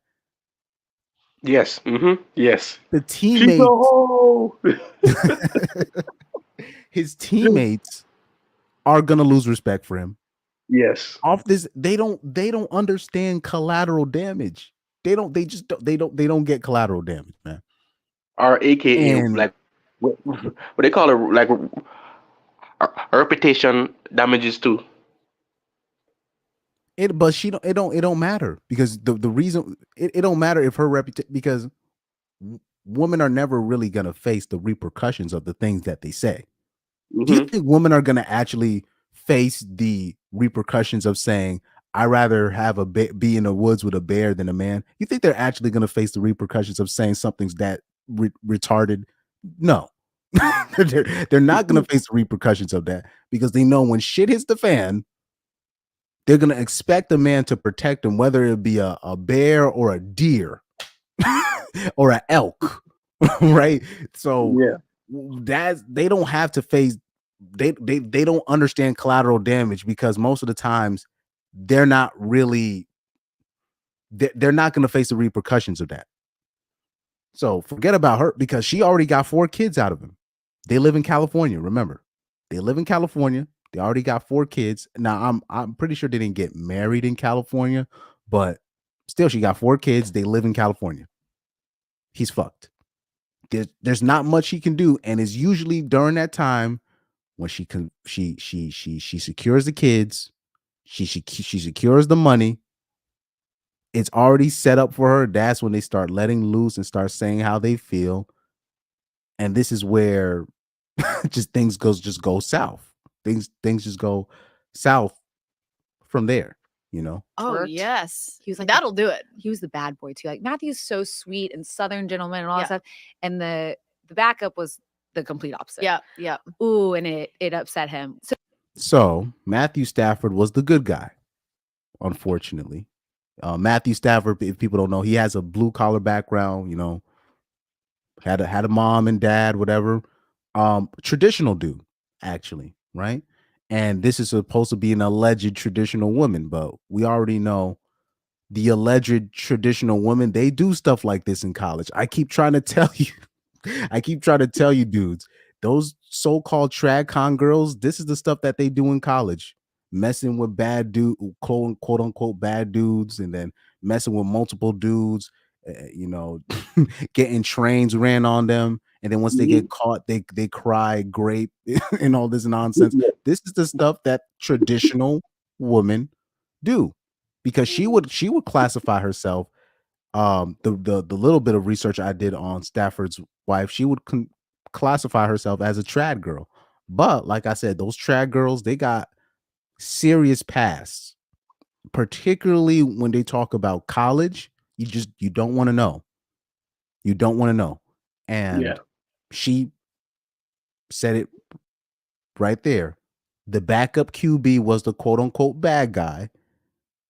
Stafford was the quote unquote good guy. And look who she was trying to sleep with first, the bad guy. So, and for her to even admit this out loud, I first of all, the lady that did this podcast, that's not her friend. She's clearly not her friend, because if I was her friend, I would have literally hit pause on the podcast and be like, look, we can't put this out there. we cannot put this out there. Same with Aisha Curry's situation. If one of those girls were actually Aisha Curry's friends, they would literally be like, yo, no, let's pause this right now. We're not even gonna put this on the tape. No, I don't care what's going on with you and your husband, but you cannot put this out there. You just can't. You can't. But like I said, women are not really friends with each other. so they'll allow stuff like this to happen. They will allow this stuff to happen. With no repercussion, because she's just like, well, this is gonna do good numbers, so we're just gonna keep this segment in here. So they lived in the same dorm, because athletes lived in the same dorm, and he would see my car there. And so at one point he like waited. So also, oh man.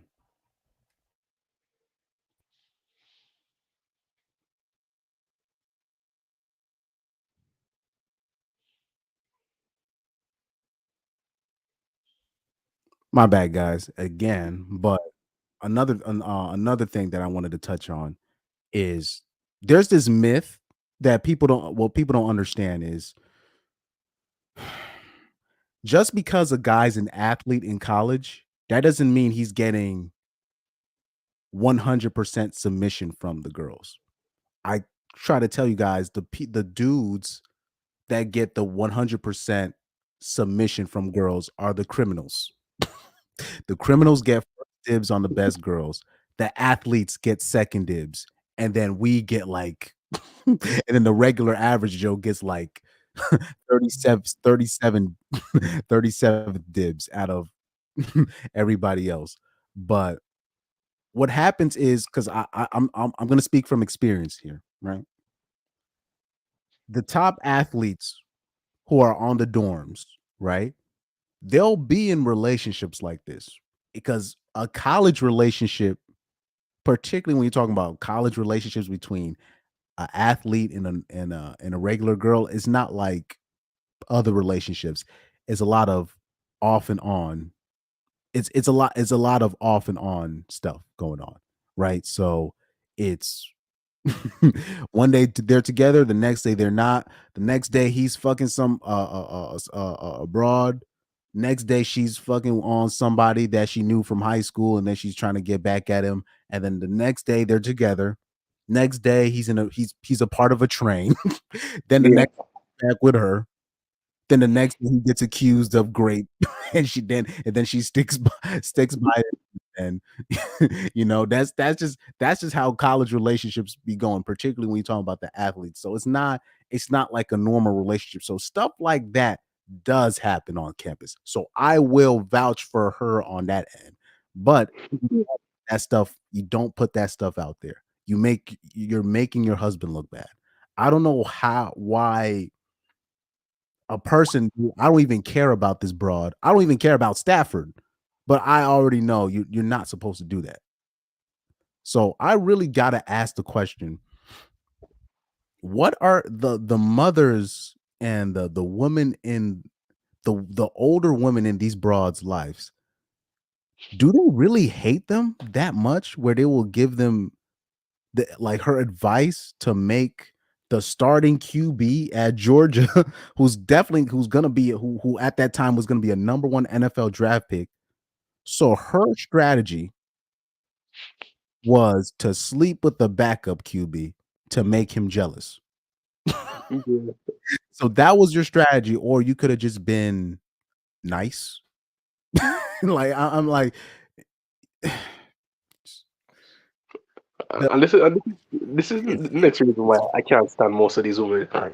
Just imagine if all of this at least now, like imagine if they all got like go monk mode and just like when they want a woman, like a real relationship woman, like they will go overseas, like not in Western countries, but other countries, like Thai women are like African women who aren't corrupted by Western culture. Like, do you think like women would get mad at that or something? what do you think they would get mad at? Like you said what would they get mad at? If they would get mad at dudes who go monk mode, they'll go monk mode, and then when they want a wife, they'll go overseas, like Thailand or Korea or over Africa, where like the Western countries, the Western like ideology won't affect them. Well, women are just gonna be mad at you regardless. Meaning, women are gonna be mad at a man that does not give her any attention at all. So that could be anybody. That could be the janitor, right? So you could be a janitor. You'd be like if you're like the one dude that's not kissing her ass, or you're the one dude that's not saying hi or bye to her, then it's gonna be a problem. Most women are not mature enough to handle that, like, no attention thing. Like it's very few women that can actually be like, oh, he's just because he's not saying hi or bye, that doesn't mean he's a bad guy. It's very few women that have that kind of maturity. And I don't want to hear that shit in the comment section, whatever. Like, it's very few women that have that kind of maturity. Oh, so shout out to Lorette in the comment section. We frequently talk about these things via Instagram, right? So she's saying right here she said, give the podcaster credit for literally egging her on. And that is true. That's why I said the woman that's running that podcast, she ain't shit for that. she used Matthew Stafford's wife for clicks. And maybe Matthew Stafford wife, she's too stupid to realize what she did, but it is what it is on that end. He said maybe she's inspired by Brittany Mahomes. Oh Lord. Young Doka, my guy, what's up, bro? He said, yo, just joined. Wife embarrassed her husband like she has a backup on speed dial. Well, like I said, we've talked about this. She already got 4 kids. She's married. The bag is secure. They've been already married. How many years they've been married? Let me see. Matthew Stafford, wife. Let me search something real quick. Wife. Yeah, so they got married. It's always around the 10-year mark. Guess when they got married? 2015, 9 years ago. So they're about to hit that 10-year mark. So, and they live in California. So he's fucked. There's nothing he could do. She owns him. What is Matthew Stafford gonna do? Divorce her? He can't do that. You talk about a divorce graping. Oh, and he's not gonna be allowed to see his kids. He's not gonna divorce her. He can't do nothing about this. He's trapped. He's trapped, bro. He's trapped. Let me see. I saw something else. Yeah, people don't understand. The athletes, they get second dibs. A lot of those athletes, they don't get first dibs. Contrary to popular belief, the dudes that be spending time in ISS, those kids that be getting suspended from school, the criminals, the wannabe drug dealers, the mandem, right? Those guys get first dibs. Those guys get first dibs. Then the athletes. Then the what else? The whoever else is popular on campus, right? Then the lesbian bitches.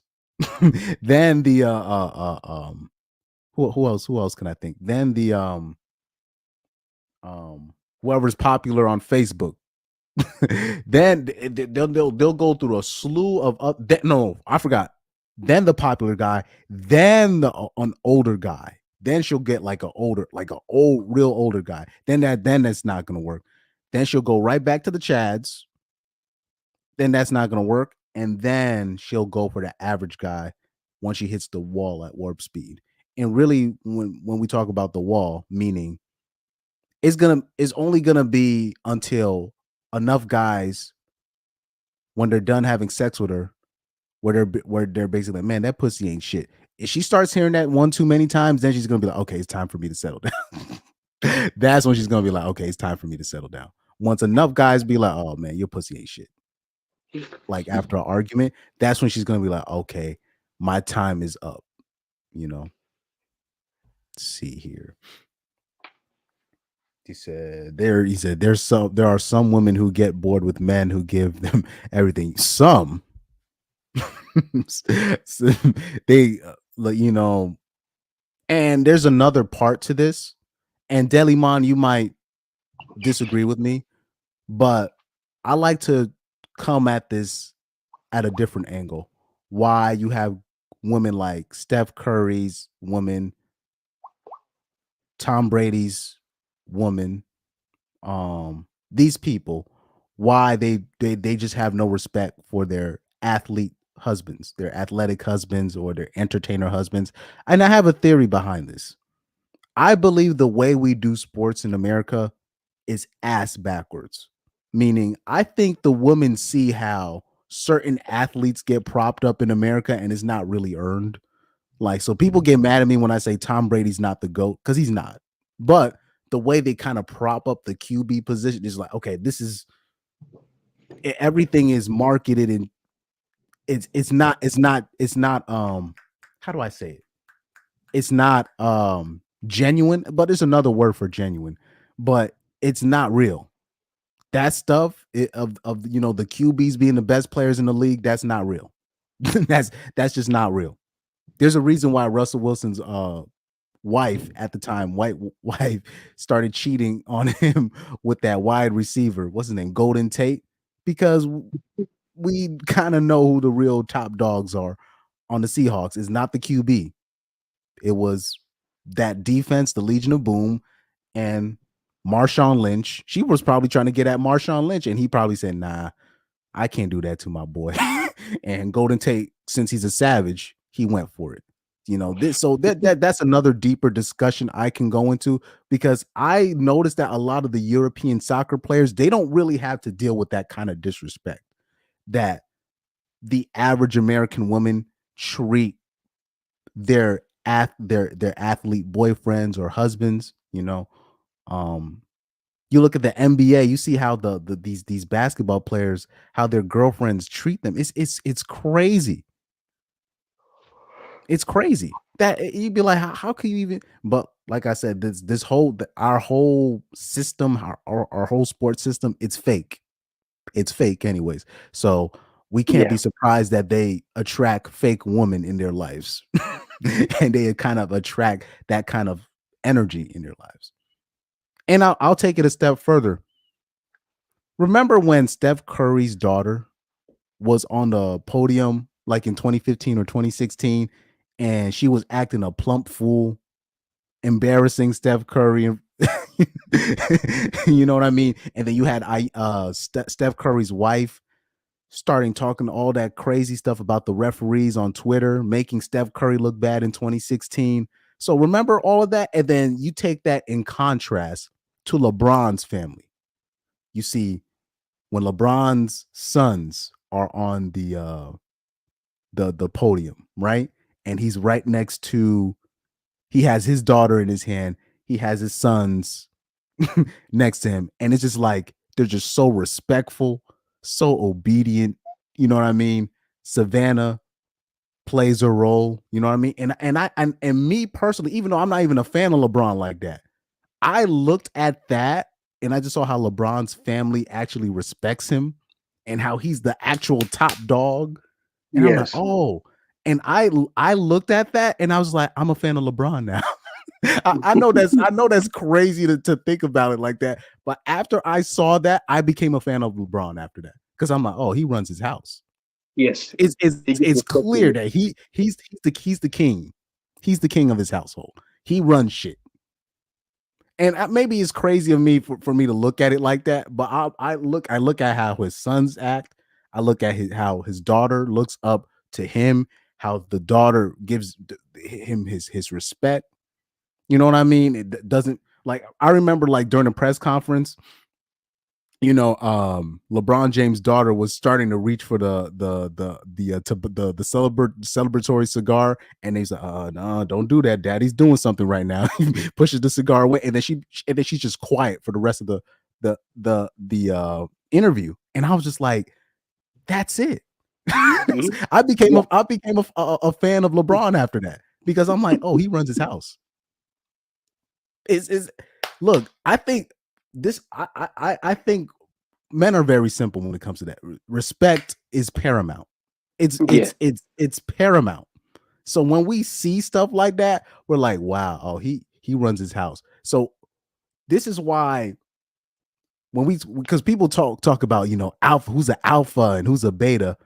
LeBron's an alpha. And I know people, well, he's a Democrat. No, he's an alpha. Because I know conservatives that don't even run their household like that. Trust me. LeBron is more conservative than we give him credit for. He's one of the few celebrities where I look at his family structure, and I see how you don't really have hoes coming out and saying, "Oh, I slept with LeBron." All you hear is people from the outside looking in saying he's doing shit. But his hoes, he has them in check.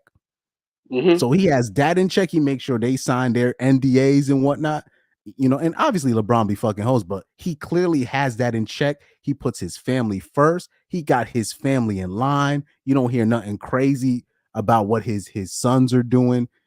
His sons are straight. You guys, you know, what's interesting is, you know, ever since Dwayne Wade and his situation with his son/daughter, I don't know if you guys realize, you don't see LeBron be doing videos with Dwayne Wade anymore. You don't see his sons hanging out with that family no more. You don't see his sons hanging out with these weirdos. I pay attention to this shit. And people want to talk about, oh, this guy is an alpha. This guy. No, LeBron is what you call a blue pill beta. I mean, I'm sorry, a blue pill alpha. Right. So he's still blue pill, but he's an alpha. He's clearly an alpha. He doesn't he doesn't look better to me at all. Not even for a bit. So he's what you call, you would classify this, you would basically, like, obviously he's not RP aware, because there's a lot of things that if he was aware of certain things, he would do things a certain way, but he's what you call a blue pill alpha. So just because he's blue pill does not mean he's not alpha, you know? Yeah, he's like one of those like Scottish dudes who vote for Joe Biden, but like but he could like whip your ass, and like he could drink liquor without getting drunk. Like he's like, that's kind of how I classify LeBron on that. Yeah. Michael Jordan, alpha. No matter what you think about his politics, alpha. So it's very few alphas in general, right? But what I like about LeBron, because he actually has he runs his family like it's like he's a conservative. That's why I like LeBron, because of that. So I say all of that to say, everything, your surroundings, it kind of explains everything. So even though Steph Curry's like might be the greatest shooter of all time, one of the most influential shooters out of all time, people are going to still remember what Ayesha Curry said right here. Okay. They're still going to remember this. All these women like throwing themselves. But me, like the past 10 years, like I don't have any of that. Like I have zero, this sounds weird, but like male attention. And so then like I begin to internalize it and I'm like, is something wrong with me? Like You're not looking. what You're not like looking. So do you think that Savannah James, I don't think she's gonna, well, I'll say that I don't know. But so far, I haven't heard anything from Savannah James on that level. What I've been hearing from Savannah James on her new podcast, which I was like, no, when I found out Savannah James had a podcast, I'm like, God damn, what is wrong with these hoes? Anyway, the only thing I've heard so far is her having to fight off hoes for her husband. So that I can respect. So it's like, okay, so you still putting LeBron James up top. All right, that's beautiful. This is good. This is good right, so far, right? But like I said, when your family is like this and you got a broad in your life that's clearly actively trying to embarrass you, which I don't see Savannah James really doing like that, throughout the times, right? You look at Will Smith's situation, Jada, who's doing everything in her power to just punish Will for existing, for being better than her. This is where you're just like, wow. You know what I mean? It's hard to look at Will Smith the same way. As many faults as LeBron has, I can always consider him a top dog. Yeah. No matter all the faults LeBron got, when because you're looking at his family, you're looking at the structure that he has. You're just like, you know what? You gotta give him props. You got to give him his respect. You got to give him his respect, right? Or we'll take so when we look at Magic Johnson, right? It's kind of hard to respect him because his son is gayer than a Happy Meal. It's hard to look at him the same. It's hard because you're looking at him. It's like, damn, why your son that way? Like, is there something you want to tell us, Magic? You know what I mean? It's always that combo. It's really, so that's why I said respect is very paramount. And the woman in your life, because I'm looking at all these situations with Ayesha Curry, Matt Stafford, Jada Pickett, Will Smith. I'm like, man, you know what? Fuck the money. Fuck the money. If the money is going to put me in a situation where I end up with an Ayesha Curry or a what's her name? Kelly Stafford? Kelly. Oh Lord. Apparently she doesn't even use Stafford's last name here. You see that? That's crazy. So you already saw, oh, damn, that's not good. So if I'm making money and I end up with a Kelly Hall, a Jada, or any of the broads that these NBA athletes be getting caught up with, and I'm ending up with that, man, fuck the money. If you are a man that dude, if you are a man and you are a janitor at Macy's, but you have a wife at home that is respecting you, doing her job, and making sure she doesn't dirty your name in public, you're already richer than Matthew Stafford, you're richer than Jada, you're richer than Steph Curry and Matthew Stafford combined. Because I know men that work at CVS that I have more respect for than currently Will Smith, Matthew Stafford, and Steph Curry. Yeah. I have more respect for incels than I do for a Matthew Stafford, Will Smith, Steph Curry. I have more currently because I'm looking at this because now I'm looking at this like, bro, what are you doing to this guy? Who you have around your arms, who you decide to procreate with, it's too important. It's too important because now I'm literally looking at now I gotta look at Stafford like, bro, how you let this woman talk? How you have her how you have her talking? How do you even allow her to have this? So this is not because now I'm looking even at the situation in college. I was like, you stuck with her through that, even when she slept with the backup QB, and you was cool with that. So now I got to look at Stafford a different way. I'm like, like the average man is going to look at Stafford like, yeah, that couldn't be me. That's how the average man is going to look at Stafford. They're just like that. I wouldn't have taken that broad. This stuff matters, man. This stuff really matters. Yes. You know, let's bring up the red table talk one more time. But I want to I'm gonna bring up something real quick if I can. I don't know. Well, let me see if I can bring this up real quick. I'm gonna bring up one of my favorite comics. Right. I think. Okay, say it. Oh, what's this person's name? Is it Delimon or Deliman? Deliman in the comments. Oh, okay, yeah. Yes, I mean he's right. I think these 3 or 4s are getting too comfortable. That's why they're acting this way. They've already reached what they want to reach. Yeah. So they're just comfortable saying whatever they want. Because if their husband or boyfriend, like if their husband divorced them, they're gonna get half. I think that's why. Or I'm just reaching at this point. Hold on real quick. So, oh yeah, Deliman. So he brought up Kaka. So Kaka, unfortunately, fell victim to him being too good of a person. Meaning, people know that the European soccer players, whatever, they be having multiple broads.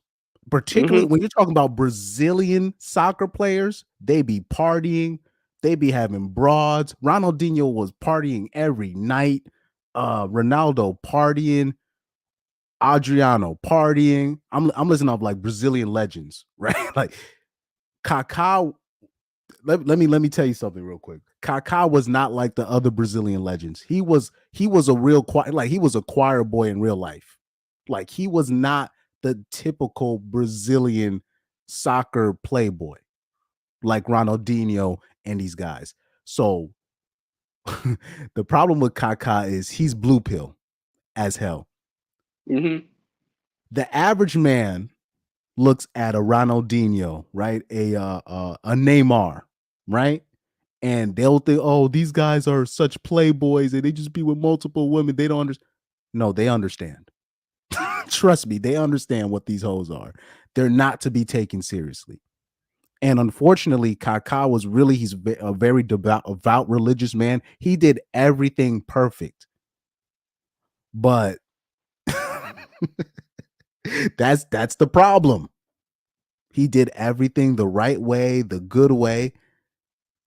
And you're the woman that if you're too good, the woman, she's gonna hate you because she's bad. This is why women like that are more comfortable around a Ronaldinho, a Robinho. These guys, party animals, different women every single night. That's the reputation of most Brazilian soccer stars. Kaká did not fit the mold, and he's the one that got done dirty the most by that girl. Why? Because he was the good one. That's how it works, guys. So Delimon, that was the perfect example to bring up because Kaká was not the typical Brazilian soccer star. He wasn't. All the Brazilian soccer stars always had that reputation of being a partier and having multiple women and doing all types of nonsense, not showing up to training, right? And all this shit, drinking and all that stuff. I bring up Ronaldinho, he had that reputation, but for some reason, women just throw themselves at his feet like he's Jesus Christ. I mean, like I've seen Ronaldinho signing bitches' titties and all that. Like everybody knows his reputation, but they just act accordingly when they are around the quote unquote bad boy, right? That's what hoes respond to. They don't like good. They don't like good. So they thank you for bringing that up, man. Because Kaká is the perfect example of you can't be too good. You can't be too good. At that point, you're gonna make these 3 or 4s have self a reflection, because they're looking at you. You're doing everything good, and then they're looking at themselves and say, "Yeah, this is not gonna work. I am not good, and I don't deserve to be with a good guy, because everybody's gonna look at me and say, well, he's doing everything he should be doing. What are you doing?" And when people don't understand the reputation that Kaká had worldwide, he was like somebody that people just respect. I'm talking about he's one of the rare people where he can, even though he played for AC Milan, right? He can go anywhere in Italy. He can go anywhere in Spain and people be like, respect. You know, he's one of those rare people like who else can I think of? An Iniesta, right? Even, Messi has his haters. Even Ronaldo has his haters. Kaká was one of the rare, I'm talking about athletes ever that had like 0 haters. Like everybody has respect for Kaká. He was not the typical party playboy type dude. He wasn't going to parties and all that. He was a very religious person, did everything the right way. So he was a victim of his own his own goodness, so that's what happened with Kaká. But I bet you if Kaká was out here, had tattoos, not showing up for training, right, being drunk all the time, if he was like that, I bet you girl would stay loyal to him. Girl will stay loyal. She would probably still be with him to this day. Zlatan Ibrahimovic has a girl that he's been with for like 20 something years. Yeah. And she's so loyal to him that he advised him not to marry her. That's how loyal she is to Zlatan. And now we already know what Zlatan's reputation is. If people don't know who Zlatan Ibrahimovic is, he's self-centered, arrogant. You know what I mean? He's the bad boy of soccer. He's the bad boy, the quote unquote bad boy of football worldwide. And he has the most loyal chick out of all the bitches, out of all the people here. I'm sorry, guys. This is just how it works, man. I'm talking about his girl is so loyal. His girl is so loyal. She advised him not to marry her in California. She said no. She basically told Zlatan, no, don't even do that to yourself. You're going to play yourself. That's how loyal his broad is. And we already know Zlatan has had plenty of, he's 6'5", 5% body fat, long hair, from Sweden. Bruh, he's had bitches, so many we don't even gotta count. Like, we already know what time it is when it comes to Zlatan Ibrahimovic. So that's just women are usually loyal to toxic dudes. That's what that's who they show their loyalty to most times. Now, if the dude is not toxic, you're gonna have problems with her. Unfortunately, that's how it works. And particularly when we're talking about the football stars, the European stars, they always have multiple women. They know this. The girls that date these people, they know this. They don't hide it. Football star, like the European football stars, they have an underrated high level of testosterone because people just think it's the basketball players. Them little 5'6" players, they be with broads. I'm talking about way too many to count. Way too many to count. Let me see here. If I I brought up Tom Brady. So Mr. Cool said, but what about all the women Stafford was smashing back then?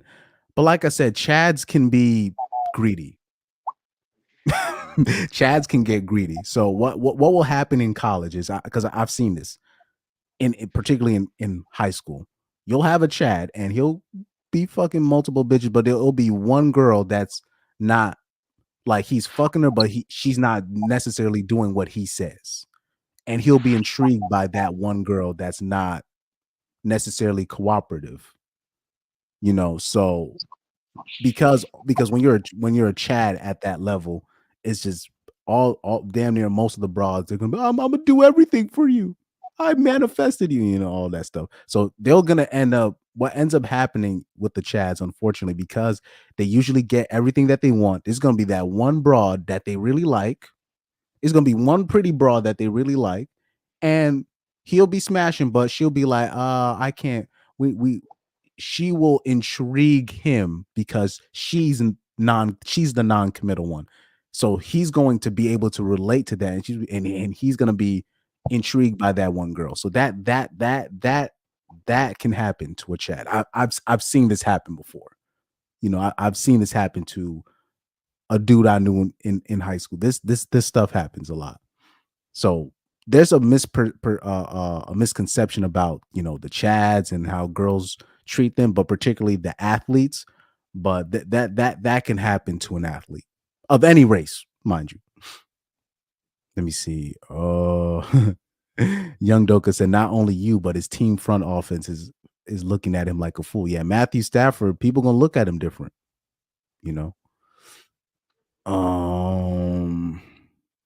Delimon says, if women won't even stay with the perfect man, it just shows you to not get married. Oh yeah, by the way, Kaká was 6 feet tall too. 6'1". He's 6'1" too. So he literally had everything.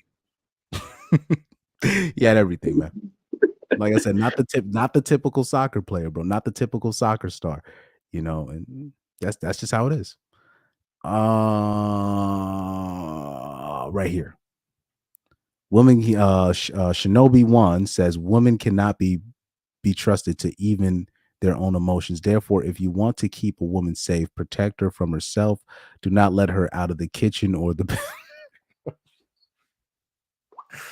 Oh man. Yeah. Shinobi 1, that's wild, but you're right. What's that line from Captain America, the black Captain America? He's like, you're out of line, but you're right. Yeah. Yo, that's what Shinobi 1 said was facts, but it's just you can't say that out loud. Not in norm. You can't say that in normie world. He said to protect her from herself, do not let her out of the kitchen or the bedroom. Now, this is facts for most American women. These are facts for most. Not all, but for most. Definitely for most. But like that's basically our job as men. You need not necessarily protecting her from outside forces, but mainly to protect her from herself. Because like I say, women they'll think it's a grand idea. They'll complain about being groped at the club. Like we were talking about the club, being at the club, but they always want to be there. They'll fight their boyfriend tooth and nail to be at these clubs, and we'll be like, well, didn't you say that this happened to you at this club? No, I want to get my power back. They'll say some stupid shit like that, and you just be like, okay. So that's basically our job, to make sure to protect her from herself. That's basically our job, to protect women from themselves. But we've lost track on that. So Shinobi 1 also says, depending on what her job in the household is, you can't let them overplay their hand, or else they will turn your household into a castle cuckold. These are also facts. Yes. So you have to be careful with that as well. You can't give her that much power. You still must be the king in your castle, because she will And unfortunately, the problem is because women have friends, and the problem is when women are together and they start talking about ideas, and which they start suggesting ideas to each other. Oh, what are you gonna say to your husband? Oh, I'm gonna say this to. I'm gonna put this on him, and I'm gonna get him to do this. I'm gonna get him to do, and then they will come up with these um, mischievous. That's what I would say. These mischievous ideas, right? And then they'll do some stupid shit like, "Oh, I think we need a break," and really, she doesn't mean that, but because her friend said that, right, or suggested that she say that to the husband just to see what happens, she'll end up overplaying her hand. And any real man, I'm talking about any real man worth his salt, is like, "Oh, you talking about a break? Oh, that means we done then." And she won't even. So women will do this. So women will overplay their hand, right, in that end, and she won't admit it, but she will always respect you for calling her bluff. That's why you'll see a lot of those women. Oh, I'm still messing with my ex. Of course you are. Now he's not taking her seriously. He's not keeping her at the house no more. But she still respects him for standing his ground, because there's like she respects him for calling her bluff. That's why she'll still be messing with her ex, because she still respects him on that end, because she knows, because she deep down she knows that no respectable man will want to keep her. She knows that. So that's why you'll see them in situations where they're still messing with their ex, or they're still messing with their ex-husband, whatever, or their ex this, their ex that. They're always can't get over their ex, right? Because they probably did something to her ex, and really she can't admit the fact that she actually respects her ex for for keeping his ground, what was standing his ground on her and her ideas, her mischievous ideas. Or she'll like, you'll see things where, oh, I think let's go on a girl trip. Oh, okay. And then she comes back on a girl trip, and then all of her stuff is outside. And she don't, and she and in her mind she think, oh, I got one over on him, but really she comes back and then all of her stuff is outside. Then she's like, oh, I fucked up, so that's one of the that's one of the things, that's one of those things, because girls they'll do stuff like that because they'll be hanging around their friend too much, and then they'll come up with these ideas that are just out of this world, because the problem is when two women when it's like more than two women are together and they start talking, it's like, even when I was in high school, I would avoid, like, if it's like two girls talking, okay, it's not too bad. Anything more than two, you're gonna hear some of the most nonsensical things you will ever hear in your life. And I'm talking about in your life, right? When we talk, you see, look how many. Let me bring this clip back. Look how many women are on this red table talk. It's like, I don't know if I can zoom out or in. Oh, yeah, right here. All these hoes. I don't care if they're siblings. I don't care if they're related. If you got all these women together and they're talking, it's gonna be nonsense. It's just gonna be. It's just their time. It's just and it's not me dissing them. It's just their time to be nonsensical when they're around each other. When men are around each other, we do our little quizzes. Would you fuck a bitch with no nose and all that stuff, like the Patrice O'Neal joke, right? But so now the girls have their own version of it where they'll just suggest each other what to do with each other's man, and the stuff that they will say will blow your mind, because I done heard you'll just be like, man, you'll, especially if you're like in a hair salon. If you ever been, just be in a hair salon. Like I remember when I was a kid. I've been Yeah.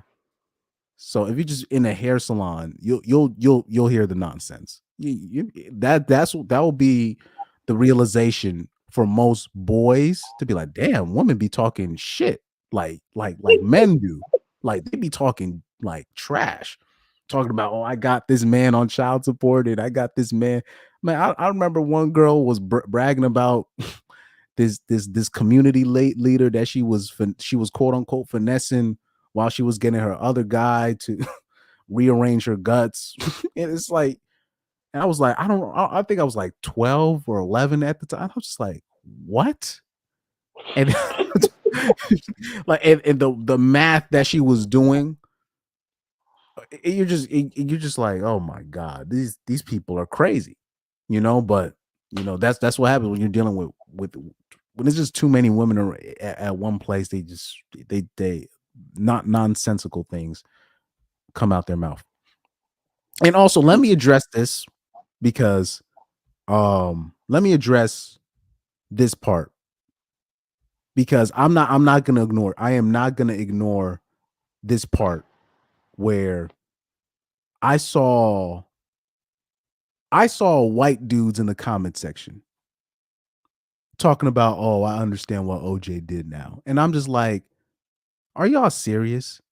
I mean, I'm talking about, look at how much dirt people have thrown on OJ Simpson's name ever since he was found not guilty. And then now they're just like, oh, I'm like, now that he's dead, now that OJ Simpson's dead, now you're just like, oh, I'm like, So it's too late. It's too Chris, late. let me ask that question. So I didn't really know what he did, so I couldn't really judge him on certain things. So what actually happened? So during that time, OJ Simpson used to be the most loved being, not even just black man, just most loved being in America, in terms of mainstream America. He was the Will Smith basically of that time. But during that time, he had divorced Nicole Simpson, right? And during that time, they found her murdered somewhere, and then they linked OJ to it. They linked OJ to the crime. They think he was the one that stabbed up Nicole and her side dude at the time, Ron Goldman.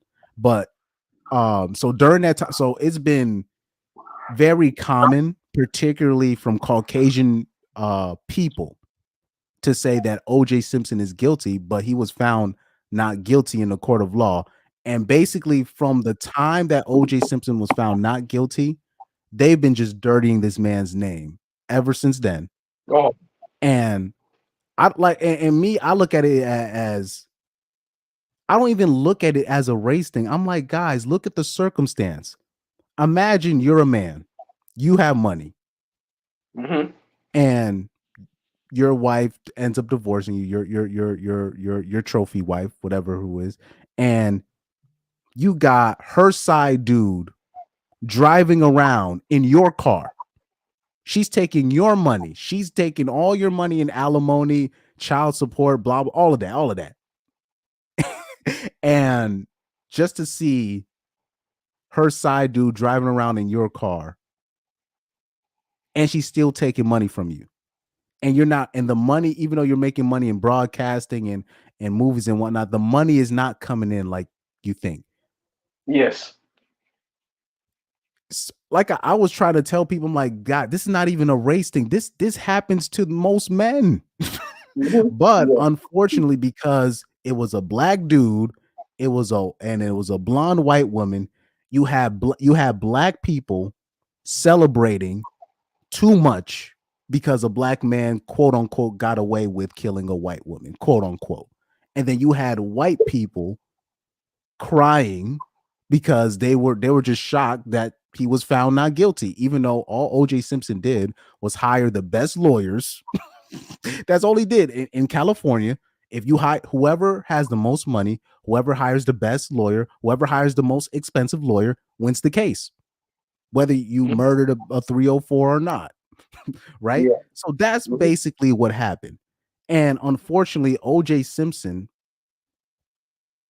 throughout the rest of his life, had like he had no rest. And he ended up getting arrested for like something else later on in life. and really what it was retribution for quote unquote getting away with murder in the 90s, right? And that's why I was so happy that OJ died, because I'm like, well, at least he can finally be at peace. Because I said this. I'm like, in the future, people are gonna do their research on the case, and people are gonna be like, oh shit, I think we jumped the gun on OJ. Because I believe me personally, I think it's very plausible to say that I don't think somebody else could have done it. When you actually look at the profile, it could have been his son. Yeah. So when you actually look at the evidence between the knife, when we're talking about the knife work, motive, his son has plenty of motive. Like, they're saying that his son fucked her. Like, so there's plenty. There's so much things behind. Like, there's so much things behind that case that people don't even know about. But too many people made it a race thing. They don't even realize this was just a 304 thing. So now I saw people in the comment section with Matthew Stafford, right? Mm-hmm. Oh yeah, and by the way, it's very plausible, because once they found the knife work done by Nicole and her side piece, her side dude, Ron Goldman, and it looked like a Colombian necktie. And it's very plausible that they probably owed some powerful drug dealer some money. Now, I say this. I believe this. I believe O.J. Simpson did, in terms of, I believe he was around the spot, meaning he came in and then he saw these people murdered. Like, he saw it. But in my opinion, I'm starting to lean towards the theory that he was covering for somebody else. Yes. Like he knew who did it, but he was covering for somebody else. Let me add Reaper on. Somebody like who he's either related to or something. Yeah. That's what I'm starting to lean towards, that theory. Now, for some weird reason, when you say that, Caucasian people get like in a tizzy in terms of, how could you say O.J. Simpson didn't do it? Well, I'm like, well, he did go into the court of law and prove it. You know what I mean? So that's how I look at it. You know what I mean? But like I said, if you know, but now you got people in the comment section with this thing. Now they're saying, man, Matthew Stafford should have OJ'd her. And I'm just like, and now people are like, man, I understand what OJ did. And I'm just like, wait a minute. Didn't you guys like act like this guy was the worst thing ever because you thought he did it? And now you're looking at Matthew Stafford's situation, how his girl is just literally undermining this man on every level. And now you're just like, I get it now. Are you guys serious? I'm talking about O.J. Simpson went through hell on earth, even after proving his name in a court of law. There are more people mad. There are more people mad about O.J. Simpson than they are about Casey Anthony, who literally left her kid. I don't care what no one says. I don't care about the whole father thing. Let's be honest. She essentially allowed her kid to, perish in the way that she did. And like you said, the OJ thing, as soon as everybody in the panel, I apologize to Chris Mike. There's so many, when you talk about so many things with that case where, what's the guy that was with, is it Ron Goldman? Who was the guy that also got deleted with Ron the fact Goldman. that the marks on him, like it couldn't have been done by OJ, who had like freaking arthritis, who like had trouble walking.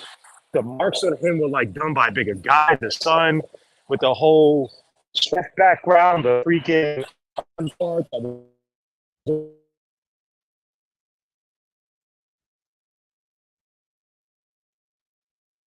that dude took the fall for his son. Remember, they hired a lawyer to protect the son at the. If y'all go look it up. Yeah, I saw that. Yeah, that's basically where that's kind of where I've been leaning towards with the OJ thing. I'm like, I think OJ was covering for the son. Now, I'll say this: originally with the OJ case, the way I grew up, this is how I grew up. I was like, well, who cares if he did it or not? I mean, it does it really matter? I'm like, I kind of looked at it as me growing up. I kind of looked at that case like, well, it kind of looks like these were a bunch of crackheads, and that's kind of how I looked at the situation. Well, these were a bunch of crackheads doing what they do, and things didn't really go as planned. That's kind of how I looked at it. And I looked at the divorce thing. I looked at how OJ was losing money. So I'm like, so if OJ did it, I mean, okay. I mean, that doesn't really, because I looked at what OJ was going through as that can happen to any man. If OJ did what people saying it, I'm like, that can happen to any man. That's kind of how I looked at it. But as I grow older, I'm like, actually, this is very plausible that his son could have done it. Then you look at the other, when we talk about the Colombian necktie, and I was like, oh yeah, so because these were a bunch of crackheads. We talking about Ron Goldman, we talking about Nicole, right? These people, these were crackheads. So they were definitely, it's very plausible. And then people were saying that they did owe certain people money. So this is it's very plausible.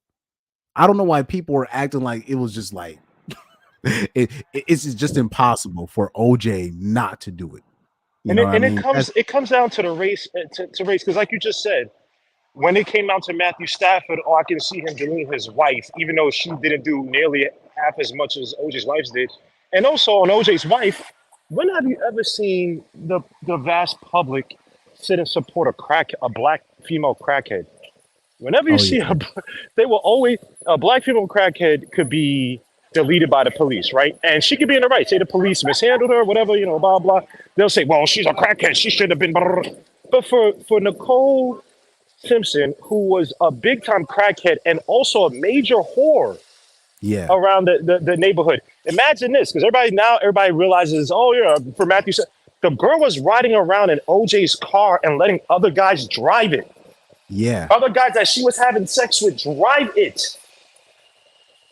Like, man, yes, oh my gosh, that whole OJ trial, it just came down to race with me. Like, but so right here, this is where I come in, because then I'll just tell you guys, it's not even about race. Like, obviously it's about race on why they were mad at OJ. But for me, I'm like, guys, I'm talking about the public. This ain't even about race. In terms of, I'm like, bro, this is about a hoe. just take. I'm like, just take the land. Like, I'll tell the average white guy when it comes to this case, just take the razor. This is a hoe. Now look at it in a different lens. But unfortunately, it's kind of hard to look at it that way, because when you're talking about, particularly when you're talking about white blonde women, not only a white woman, a white blonde woman is the most protected species, the most what other things I can come up with? The most protected thing. They can do no wrong in the eyes of most, especially during that time in the 90s. That still means something when you're talking about if you're a white blonde woman. So if you're a young white blonde woman, or a relatively attractive Caucasian blonde woman, it's a halo effect that they have. They can do no wrong in the mainstream public's eyes. They can do no wrong. You know what I mean? So that's also part of it. But I just wish, if people I'm talking about black and white, if they could just take race out of it, it's just so easy to see the possibilities of what could have happened. And even if you think that OJ did it, it's really not a big deal. I know that's evil of me to say, but I'm like, it's really, even if OJ did it, it's not a big deal. It's not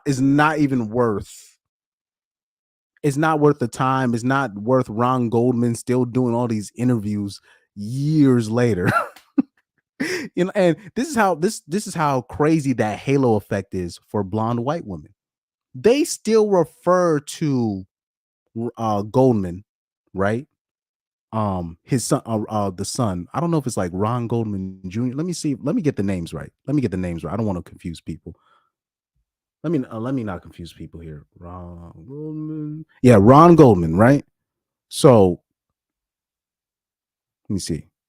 Yeah, so Ron Goldman. So they still refer to Ron Goldman as a male friend to Nicole Simpson. I'm talking about even today. They still refer to her to him as a male friend of Nicole.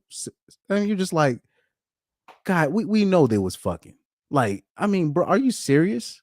But then you find out who Ron Goldman's dad is and what nationality and the people that they represent. So they were able to kind of swing the narrative a certain way because of who they're represented by. So that's also part of that. That's also part of that. But so right here, Mr. Cole said OJ didn't do that ish. That was a drug dealer's hit. That's what Judge Joe Brown believes. Judge Joe Brown believes it was a drug dealer's hit, and there's a lot of people that believe that. So it's very plausible that these things could have happened, but the hate, the attention that trial got, I think it was way over the top. The hate that OJ Simpson got after that was way over the top. And I said this when I made the RIP OJ Simpson episode. I said this. I said, in the future, we're gonna look at that case, and there's gonna be a lot of people that owe OJ an apology. I'm saying it on this channel now, and I know it's hard to say in public, but I believe in the future, there's gonna be a lot of people that are like, damn, we was wrong about OJ. We was wrong.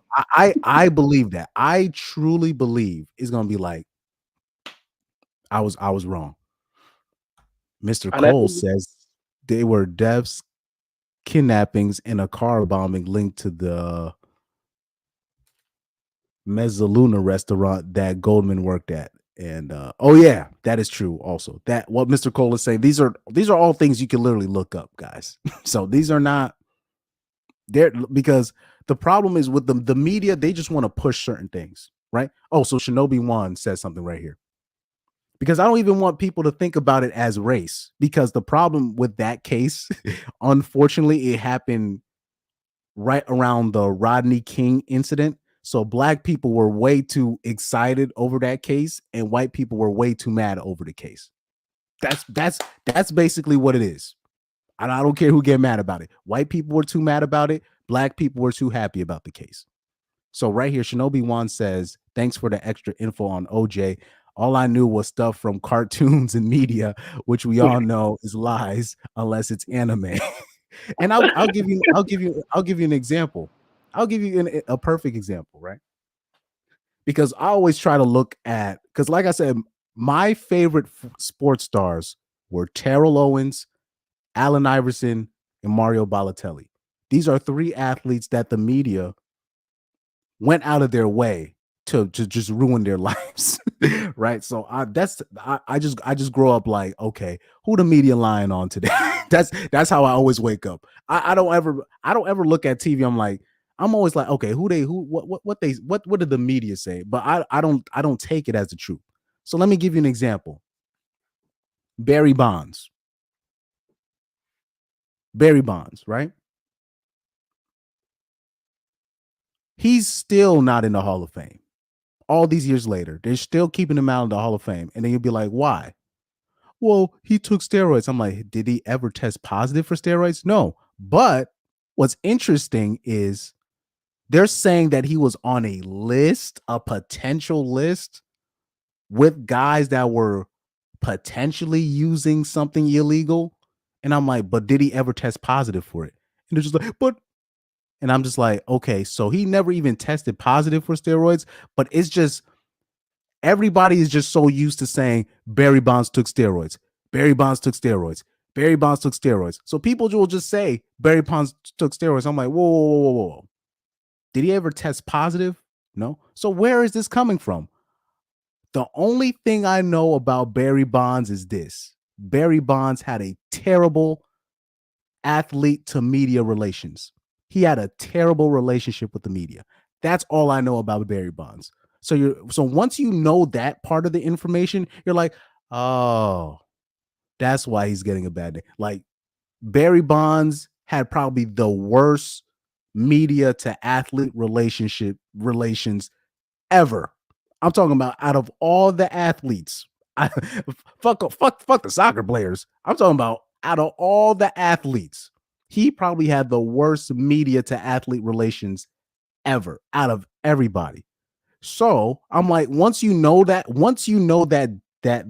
part, you're just like, oh, that's why he's being left out of the Hall of Fame. Because they literally said, oh, we can't let nobody that has steroids, and then they literally let David Ortiz in the next day, and he's been tested positive. Like it's like confirmed with him, but it's okay if David Ortiz is in there. So it's not even about quote unquote steroids, because even before that, even this alleged point where they're saying that he allegedly took steroids, he already had won 4 National League MVPs. He already won Golden Gloves awards and all that. He already had a Hall of Fame career even before the alleged steroid use. And I believe this was a rumor pushed because Barry Bonds had a terrible media relations. He was just terrible with the reporters. He was mean to them. He would bully them. So even like me personally, even like I look at it as it's possible that he was probably using something. I'm not going to be ignorant to that fact, but if he was nice to the media, they would have never pushed that rumor. That's the only difference. If he was nice to the media, if he was, that rumor would have never came up, and he would have been fine. That's when LeBron James, this, like, people don't understand. This is why if you're gonna be an athlete or you're gonna be in the media game, that's why they spend all this money on training these athletes how to talk to the media, how to they have a PR team around them to make sure they say the right thing. Because if look what's happening to Kyrie Irving. Look what's happening to Kyrie Irving, Russell Westbrook. All the people that have problems with the media are not media trained. All of them. Particularly the men. All of the men that have problems with the media, all these rumors about them, they didn't have a good relationship with the media. They were not media trained. Allen Iverson was not media trained. Terrell Owens was definitely not media trained. Who else? That whole Seahawks squad from 2012 with Marshawn Lynch, right? And they had some very peculiar ninjas on that team. These people were not media trained. So that stuff matters. That stuff matters. Like you good with the meat. This is why LeBron James makes sure he pay. This is why LeBron James, he's smart. He starts a media company and he makes sure his own you got clutch clients as media reporters. He's smart as hell. So anytime anything negative comes about LeBron James, he already has paid reporters in the media to make sure to shut that shit down. Oh, that's smart.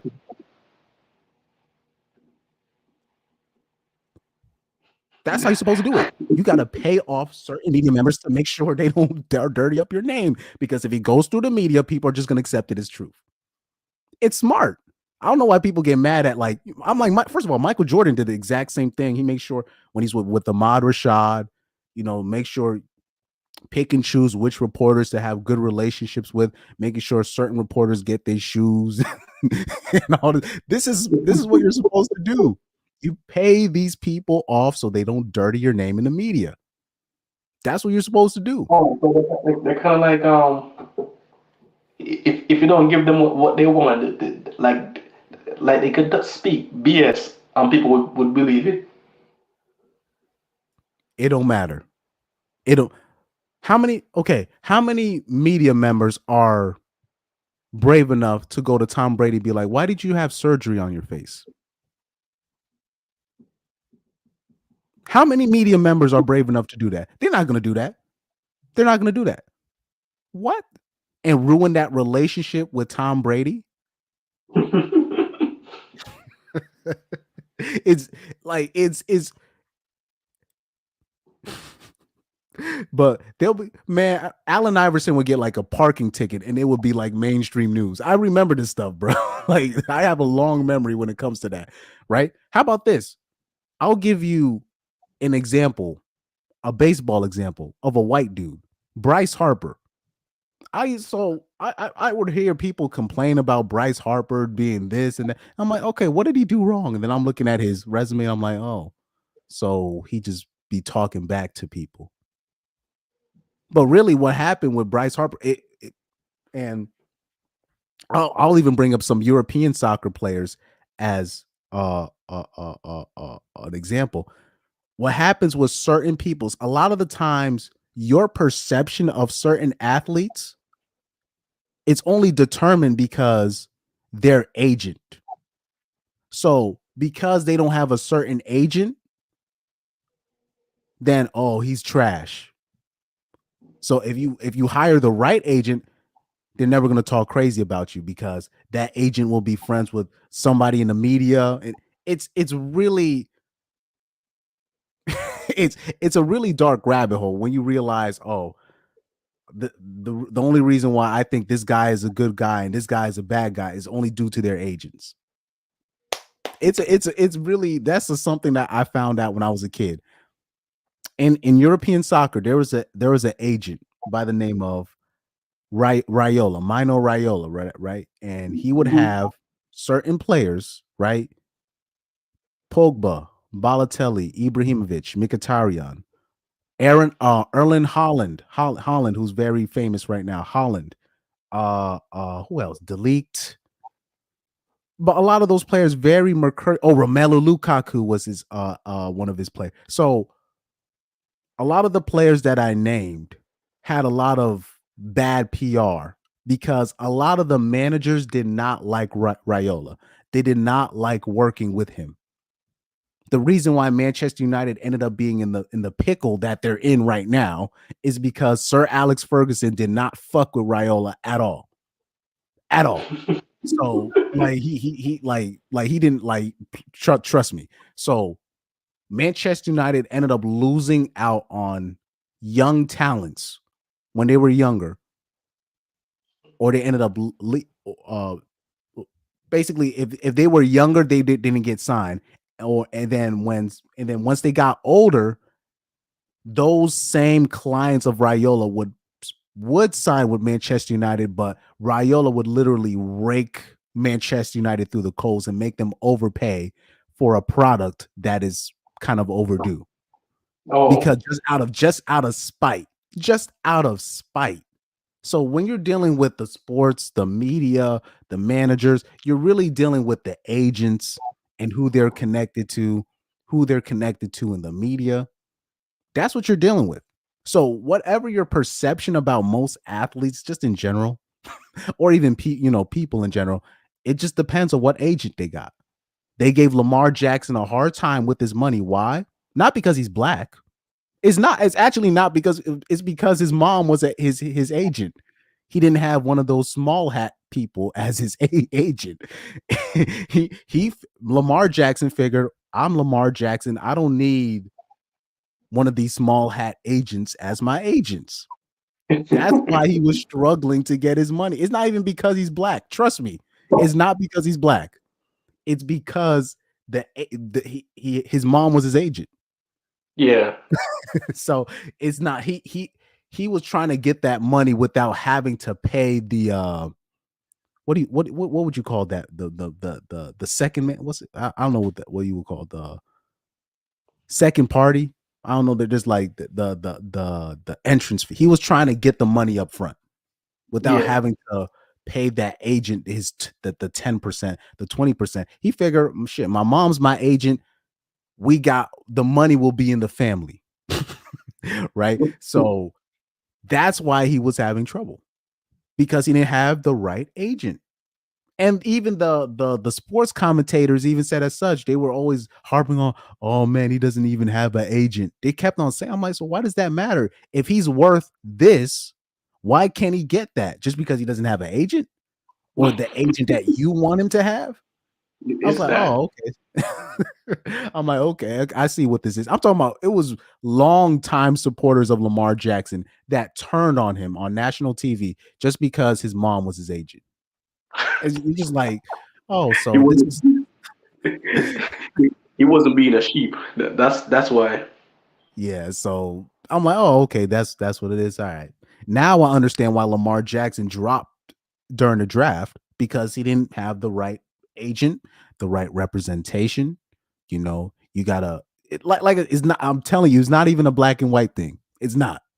Once you start, you see, oh, he's not signed to this. He's not signed to that. Then you're just like, oh, it's just this is just a pissing contest with agents and representation and all.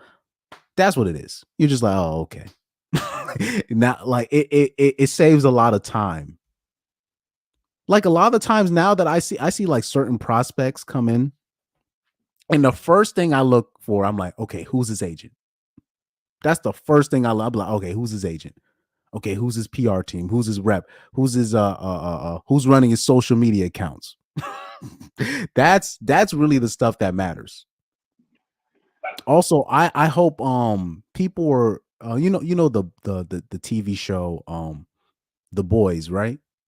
Yes, with You know, Homelander and Butcher and the other characters. yeah, so I recommend people watch that. Just watch it. Just watch the show and just see how it's just literally they don't even go by whether anything is right or wrong. They just go by, okay, how many points is this gonna get? They literally are just like, oh, this went up 20 points. This went up 12. Oh, we lost 10 points. We lost the media this. It's not even they're not even talking about right or wrong. It's just how many points we got. Okay, did we make the shareholders happy? That's all this is, bro. That's all this is. It's not about no morals, ain't about none of that. That's why I like the show The Boys, man. I really like that show. That is a great show. Especially when you're talking about the first season, like especially the first two seasons. But I'll say the first season that was like, man, I'm like, this is it. This is my type of show right here. Because it's literally all corporate hoopla, you know. And I think low key it's a parody of how we lift up these entertainers in the air. And meaning entertainers, I mean the celebrities, the athletes, the singers. Like I love it. I love that show, man. I really love that show because it just shows perfectly what's going on. But anyway, let me see if I missed anything with the Matthew Stafford thing. Oh yeah, so far, but yeah, that's what it is, you know, with the Matthew Stafford thing. You know, it's I don't know how Stafford's gonna come back from this. I don't know how you come back from this when your wife goes on a podcast and just makes you look crazy. You know, I don't know how you come back from it, you know, but we'll see what he does. We'll see what he does from here. Let's see if let me see if I have another video to show. I don't know if let me see if I got another video. If you have a Durley, let me see if I can do a sneak peek. Oh, right here. This is, man. So before I sign off, right? Before I sign off, this is why I can't deal with a lot of women nowadays because they lie too much on this end, right? So here you have a queen, right? So she's here saying that she says no one talks about how depressing it is dating as a BW. I'm always the last choice. Dating apps suck and I'm chronically single. Now, let's dive into that. Let's dive into that, right? A little, just a little bit. If you guys see my comment, my first comment, I said cap because I'm pretty sure you're getting people in your DMs and you're just not getting the kind of guys that you want, You know what I mean? Now, Yeah. let's talk about when she's talking about last choice, right? And all this stuff and the algorithms being quote unquote racist. Well, like I said, when it comes to BWs, I don't know if any, if we got any outside of Lorette, I don't know if we have any other BWs in the chat, but you guys got to fix that. There's nothing we can do because men have had many suggestions. They'll tell you fix the attitude. They'll say wear your natural hair. And I don't even tell bitches this, but I'll be like, they'll say smile more. You decline, you decline. And I don't even be telling women to do. I don't be telling women what to do when it comes to stuff like that, right? But plenty of men have given suggestions into increasing your stock, but you don't want to listen. So you can't complain about the results of feeling, oh, I can't get my. Like a woman like this, she thinks that she should qualify not only for a Tyrone but a Chad as well. But I mean, for you to do that, you're gonna have to really work on yourself. You're really gonna have to actually improve, because I find it hard to believe you have an in shape, decent looking black BW, and you can't find nobody at age 20 something. I find that hard to believe. Yes. I because if you are a BW and you're just in shape, you're already a top 10% woman. That's how, like, the standard is that low. So just being in shape, you already put yourself above most BWs in this country. So just off that, so I'm like, you can't find nobody. So I hope she's not going around talk about, oh, I can't be with him. You work at McDonald's. No. You can't be doing that. Oh, you only work at Wendy's. She has dudes. Trust me, like, this girl will make a post like this, but there is a dude that will take her seriously. She just thinks there's something better out there, and she just doesn't like the results that she's getting now. But I'm gonna tell you this: if this lady is listening, it's not gonna get any better from here. I'm sorry to tell you this. I don't know what you're waiting for. I don't know what you think you're looking for, but it's not gonna get any better from there. And particularly when you're talking about BWs, they don't have a leg to stand on. Not in 2024. Not in 2024. It's too late, because it's already that reputation, so, and you can only blame white people for so long. You can only blame white people for so long. A lot of your reputation is your reputation, right? So you have to act accordingly, so Pyra, what do you think about her and the caption in this video? I mean, to tell you the truth, I think she wants a Tyrone who has his money up, and who knows how to get around things, but she's not finding that. I think she is finding that, but those type of dudes aren't taking her serious. And then again, the dudes who want to take her serious, she doesn't really want them because they are not up to her standards. So she's probably going to use them or make them think, like, she's gonna make them think it's a serious relationship, but no, she's actually just using them for now. If you get what I mean. But that's unfortunately, I would say that is like 60 to 70% of situations right now. Unfortunately, where it's exactly what you described. Because they will say that, oh, I'm chronically single and blah blah blah, but then you'll find out, or you'll find out that she's fresh out of a relationship where the guy was actually decent, but she just thought she could do better. Mm-hmm.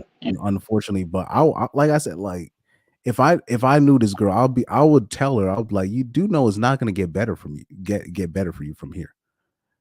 And I know it's crazy. That's crazy to say to somebody like that. But I'm looking at her. I'm like, it's not going to get any better for you. So whatever dude that's taking you seriously, I don't care if he works at Stu and Leonard's, right, or Macy's. I don't care. If he's taking you seriously, you should probably take him seriously as well, because it's not, unless if you're just gonna be content with sharing the top dudes, which there's nothing wrong with that, but just don't complain about your situation. That's what I'm about. Like, so if like I know there are plenty of girls that they really can't have a boyfriend. They don't mind just, like they'll be like, fine, I'll just share this one dude. They don't mind.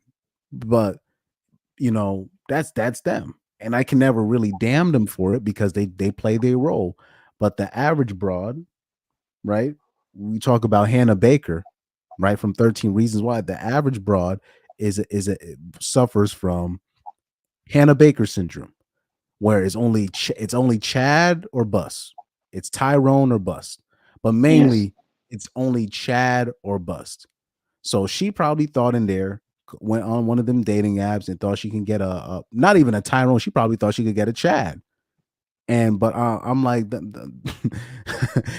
people, people been lying to you. You can't really get a Chad like that. And particularly if you're a BW, to get a Chad, like a Chad, a BW can definitely get a Brad. I don't doubt that.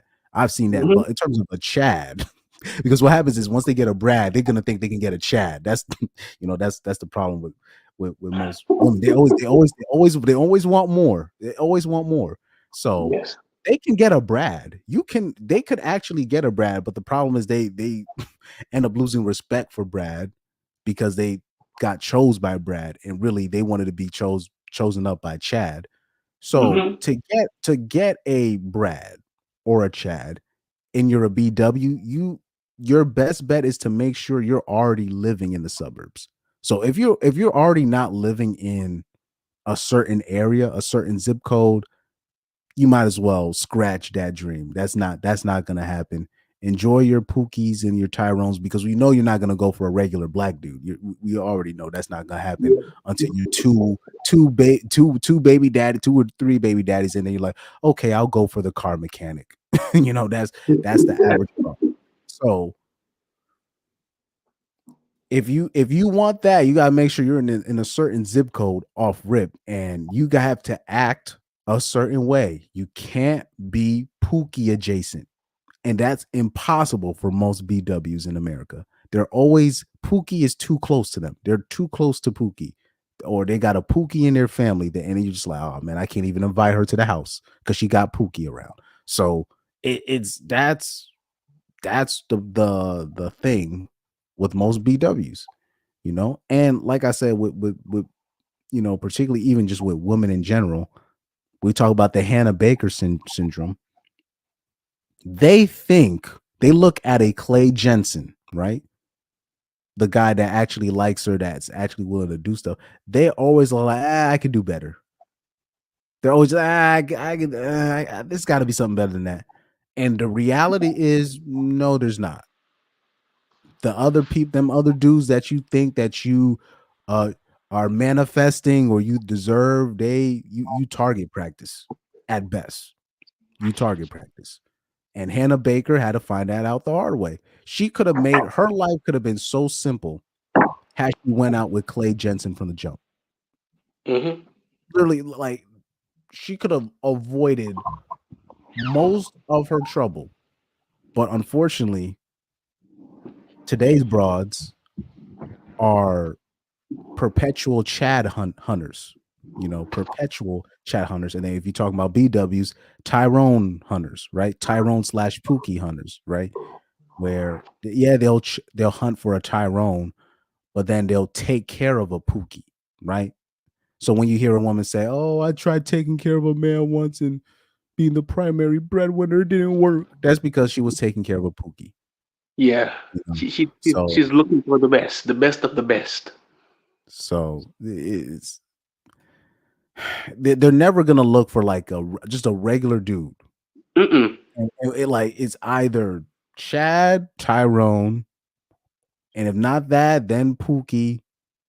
If not that, it's gonna be somebody outlandish, something outlandish before she'll be like, oh, this is just a regular guy just working on his thing, just a regular dude. They're just like, no.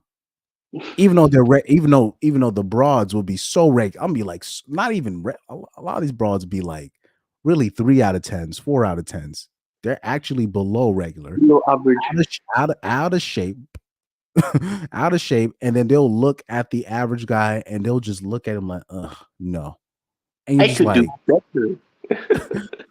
and you're just like, but you're regular. You're not even regular. That's not even your real hair. And you're just like, and like I said, you can't do nothing with that. You can't do nothing with a girl with that kind of entitlement, Yes, true. right? So let me look at some of these comments. Somebody said BWs need to hire a PR firm because your image is lacking on mass. Y'all can't convince Caucasian, Hispanic, ninjas, Asians, man, to snag y'all up. Spend some of that money y'all love to claim you have collectively and fix your image. But like I said, you can't really tell them that. Like I said, Yeah. you can't tell the average BW, yo, you might want to fix yourself, but like they'll take it like you're dissing them, but you're actually helping them on that end. But like I said, it is what it is. Somebody, let me see. Somebody said every race is sexually attracted to BWs. It's just most times the personality is the issue. Well, any woman, any woman can get sex. So to say sexually attracted, well, yeah. I mean, like nobody will especially if nobody can see. Well, there's a lot of things that will smash on as long as nobody is watching. I just smash them 304s. I'm like, oh man, I hope nobody finds out about this. So that's not like to like a BW can get somebody to smash. That's not necessarily the problem. It's just everything else. It's just everything else. Let me see. Somebody said, respectfully, is the men you are choosing. You are not a last pick. You are the last pick for the men you are choosing. And those are facts. And that's a woman that made that comment. She said, you are not a last pick. You are the last pick for the men you are choosing. And that's cold-blooded. But those are facts. Because a woman will be, well, she'll say, oh, I'm a last pick and all this stuff, but really it's just you're a last pick for the Tyrones, you're a last pick for the Chads. For the average dude would probably lift you up in the air and actually put you in a house and shit and do all types of crazy ish for you. But like I said, a last pick for Chad, she just considers herself a last pick. She's just the last pick in her mind. If she's a last pick for Chad or Tyrone. Yes. Let me see. Somebody said, can't relate, girl, pick men who pick you. And I think that's really a universal problem with men and women. They just, for some reason, we want to spend time. We're always talking about our ex. We never want to move on. We doing pop the balloon segments. Right. And we talking to the bitches that popped the balloon instead of the bitches that got the balloon first. Like this is nonsense. This is the nonsense that we do as people, really. Let me see. I've been turned by more black women than anything. I don't know if he means turned down, but yeah, that's a lot of people's experience. Let me say, somebody said I won't date a BW again. Really bad experience the last time I did. Yo, before we sign off, I'll tell you my thing. Right? I remember, I don't know if I talked about this before. But I remember I worked with this bartender, white dude, white dude, and he literally looked me up and down. We was talking about women, and he was like, honestly, bro, he said, if you want some peace in your life, you can't date no black women. This is a white guy saying that. So he's not even afraid of the repercussions of what you saying about my sisters. He's just like, bro, he's just like, look, I done dated Latina, black, white, this. He said, yeah, Latina's nice, but I would say don't. He was looking at me personally. He said, I think a white girl would be good for you, bro. He was just looking at my profile. He's like, yeah, I know you don't seem the type to be like, you don't want no drama in your life. So just date a white girl. This is a white dude telling me this. I shit you not, guys. And he was just going through the profile. I was 19 or 20 at the time when he was telling me this. I'm telling you, he was dead serious. He's like, no, this is what you gotta do. This is what you gotta do. So imagine in 1930s, 1940s, you got a white dude telling you, I think you need to date white girls. This is how bad the reputation is of BWs and Latina women, where you got a white dude coming up to me like, I think, yeah, this is more. You got to do it like this right here. You can't touch this. don't touch that side. Wait. So, do you still know him? Yeah. I don't know if he still works at the same spot, but if we do another live stream and Ainsley joins the chat, you can ask about him. This is not, I'm not lying about this in terms of, I don't know where he works currently, but he was like a really chill bartender, like really chill. Like, you don't talk shit about nobody, really cool dude, bald white dude. I think he had some tattoos if I'm not mistaken. I remember he accidentally cut off one of his fingers during work. I was like, oh shit. And he had to go to the hospital. But yeah, that was a while back. This was 2018. But I haven't kept in contact with him, but I've seen him around. Real chill dude, really chill dude. Like, really cool. But it was just interesting to me how he literally was just like with the profile, he was just like, he's just looking like, he's like, look, according to you, he's like, I think, a white girl, it'll fit you better. He said it. He told me verbatim. He said, if you want peace in your life, no BWs for you. No BWs. He said that point blank. He ain't playing. So that's how bad, like, I'm like, how is it a dude like that can just come up to me and just say that in broad daylight? Like, so that's how I'm like, I took him like, damn, what are y'all doing? What are the BWs? But like I said, we've had that guy that went viral when he was talking about when NFL athletes choose their wives, they end up choosing white women, and it's just, unfortunately, what happens is they'll find out certain dudes are going to the draft, and then they'll start asking for people. And then, unfortunately, BW start asking for people's Cash App. They go straight into scammer mode when they find out you're about to get into some money and you're a young ninja, right? When you're a young ninja about to get into some money, they start going into scammer mode. Yes, like true. I remember, it was a screenshot.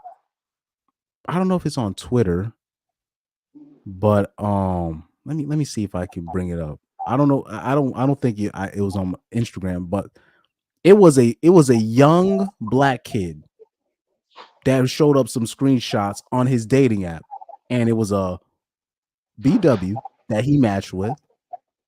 It was the typical hi, dry conversation. Nothing came out of it. Nothing more than 4 messages. Then the next week, this 304 comes texting him, right, and starts saying, "Oh man, my car broke down. I need $40. I'm like, and he's just showing the screenshots. He's not lying. And this is, unfortunately, this is what happens with BWs, they start doing stuff like that, and you're just like, bro, what? You don't do that. you first of all, you wasn't even giving the guy the time of day. You was giving him dry messages, and then all of a sudden, oh, I'm in a bad way right now. When they need their bills paid, then they go into straight scammer mode, talking about like you should have seen the messages. Like I've seen that kind of message before. I've had that kind of message before, and you're just like, do you understand? You can't. That's not how you talk to people. That's not how you take. That's not how you asking for money like that. That's crazy. That's not how you get money out of people either. Like, did they lose their playbook or something? Like back then, they could sweet talk you out of getting money out of you. Like, how do you fail at that too? How? They can't even do the sweet. They can't even do that part right. They can't do it. So you're just like, I'm like, you can actually get money out of dudes. It's just you gotta approach it a certain way. But I'm like, that way in terms of just outright, hold on, I'm in a bad way right now. My car, my tire's flat and all this stuff. You're just like, wait, what? You wasn't even giving me that. Now you all of a sudden you ask, oh, I don't know how I'm gonna repay you, but I'm gonna repay you. It was one of those messages, and you're just like, I've seen that kind of message way too many times from other dudes, from myself, and you're just like, this is just not how you do things. Yes. It's just not how you do things, But anyways, let me hit this comment. It says, hold on, Shinobi One has said something real funny when I was talking about being nice to the media. So Shinobi One says nice to the media, meaning donate huge sums of money to them, support her current thing, and also donate to their foundations. These are the things that go into that. So the young Doka says, the only thing I know about The Boys is one female hero actress completely ruined her face with surgery. Looks like the blonde. She looked like a man now. She looked like a transgender now. Yes, so, that's, I don't know who her friend was, her agent, or whoever advised her to do that. Yeah, they didn't like her. Like they don't like her. Yeah, that's about to say they don't like her. Like that, like what she did to her face is wild. What she did to her face is just wild. What she did to her face, but like I like I said, women don't really have real friends.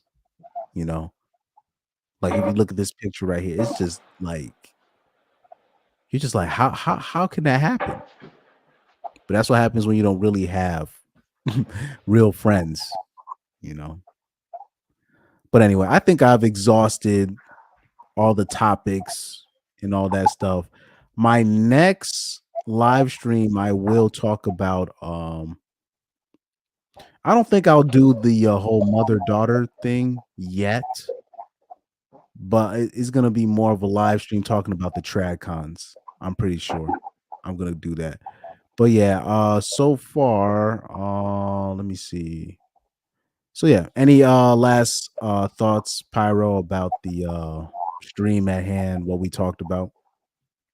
I mean, they're completely spot on every single thing, especially the sports media stuff where I have to give them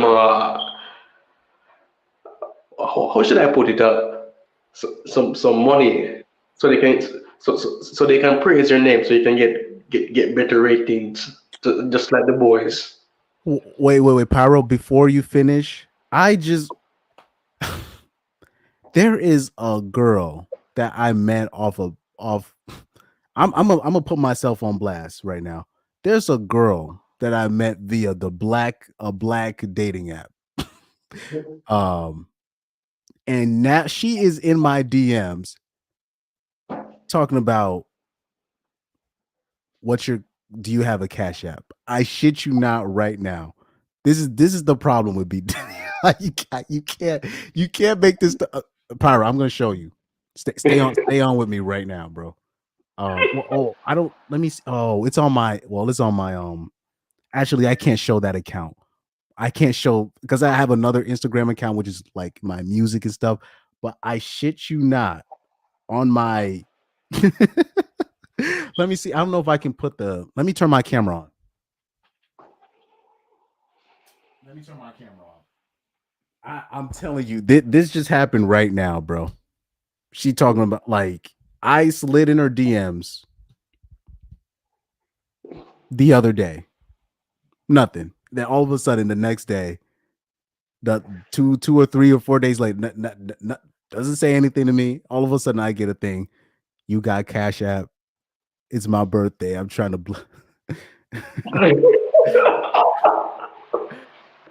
Oh my God. Oh man, that's the audacity. It's crazy. That's wild. That's wild. Actually, you want let me shut the camera. I'm not gonna put that on there.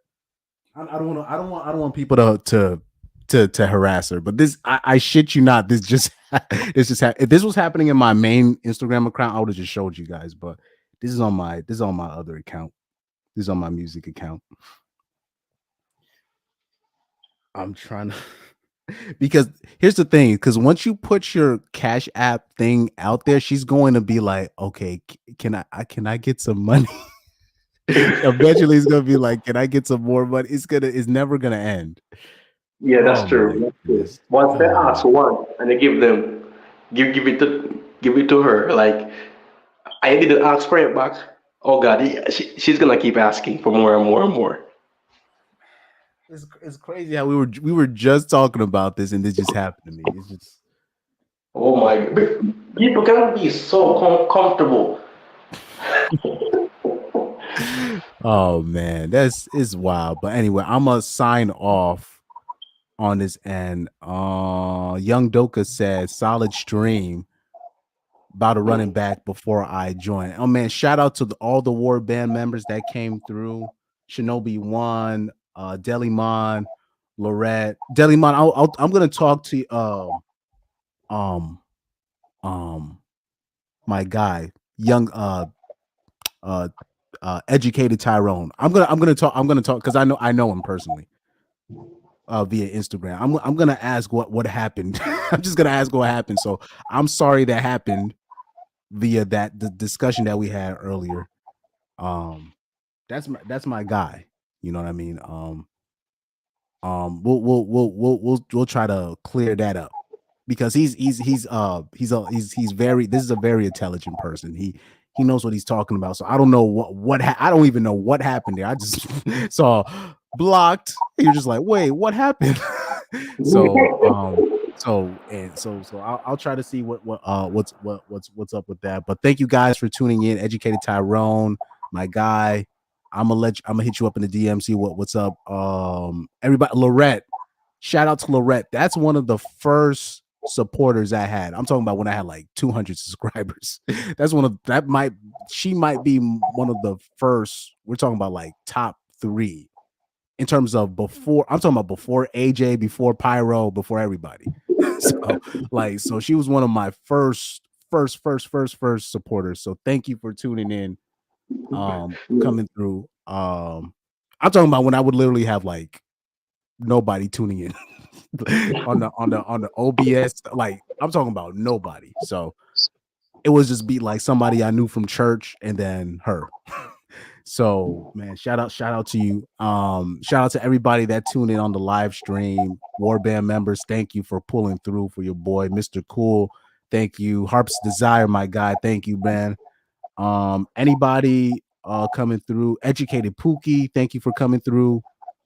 Thank you guys. And I'm gonna sign off on this. Thank you, Pyro, for joining the panel, man. Peace out, bro. See you soon, man.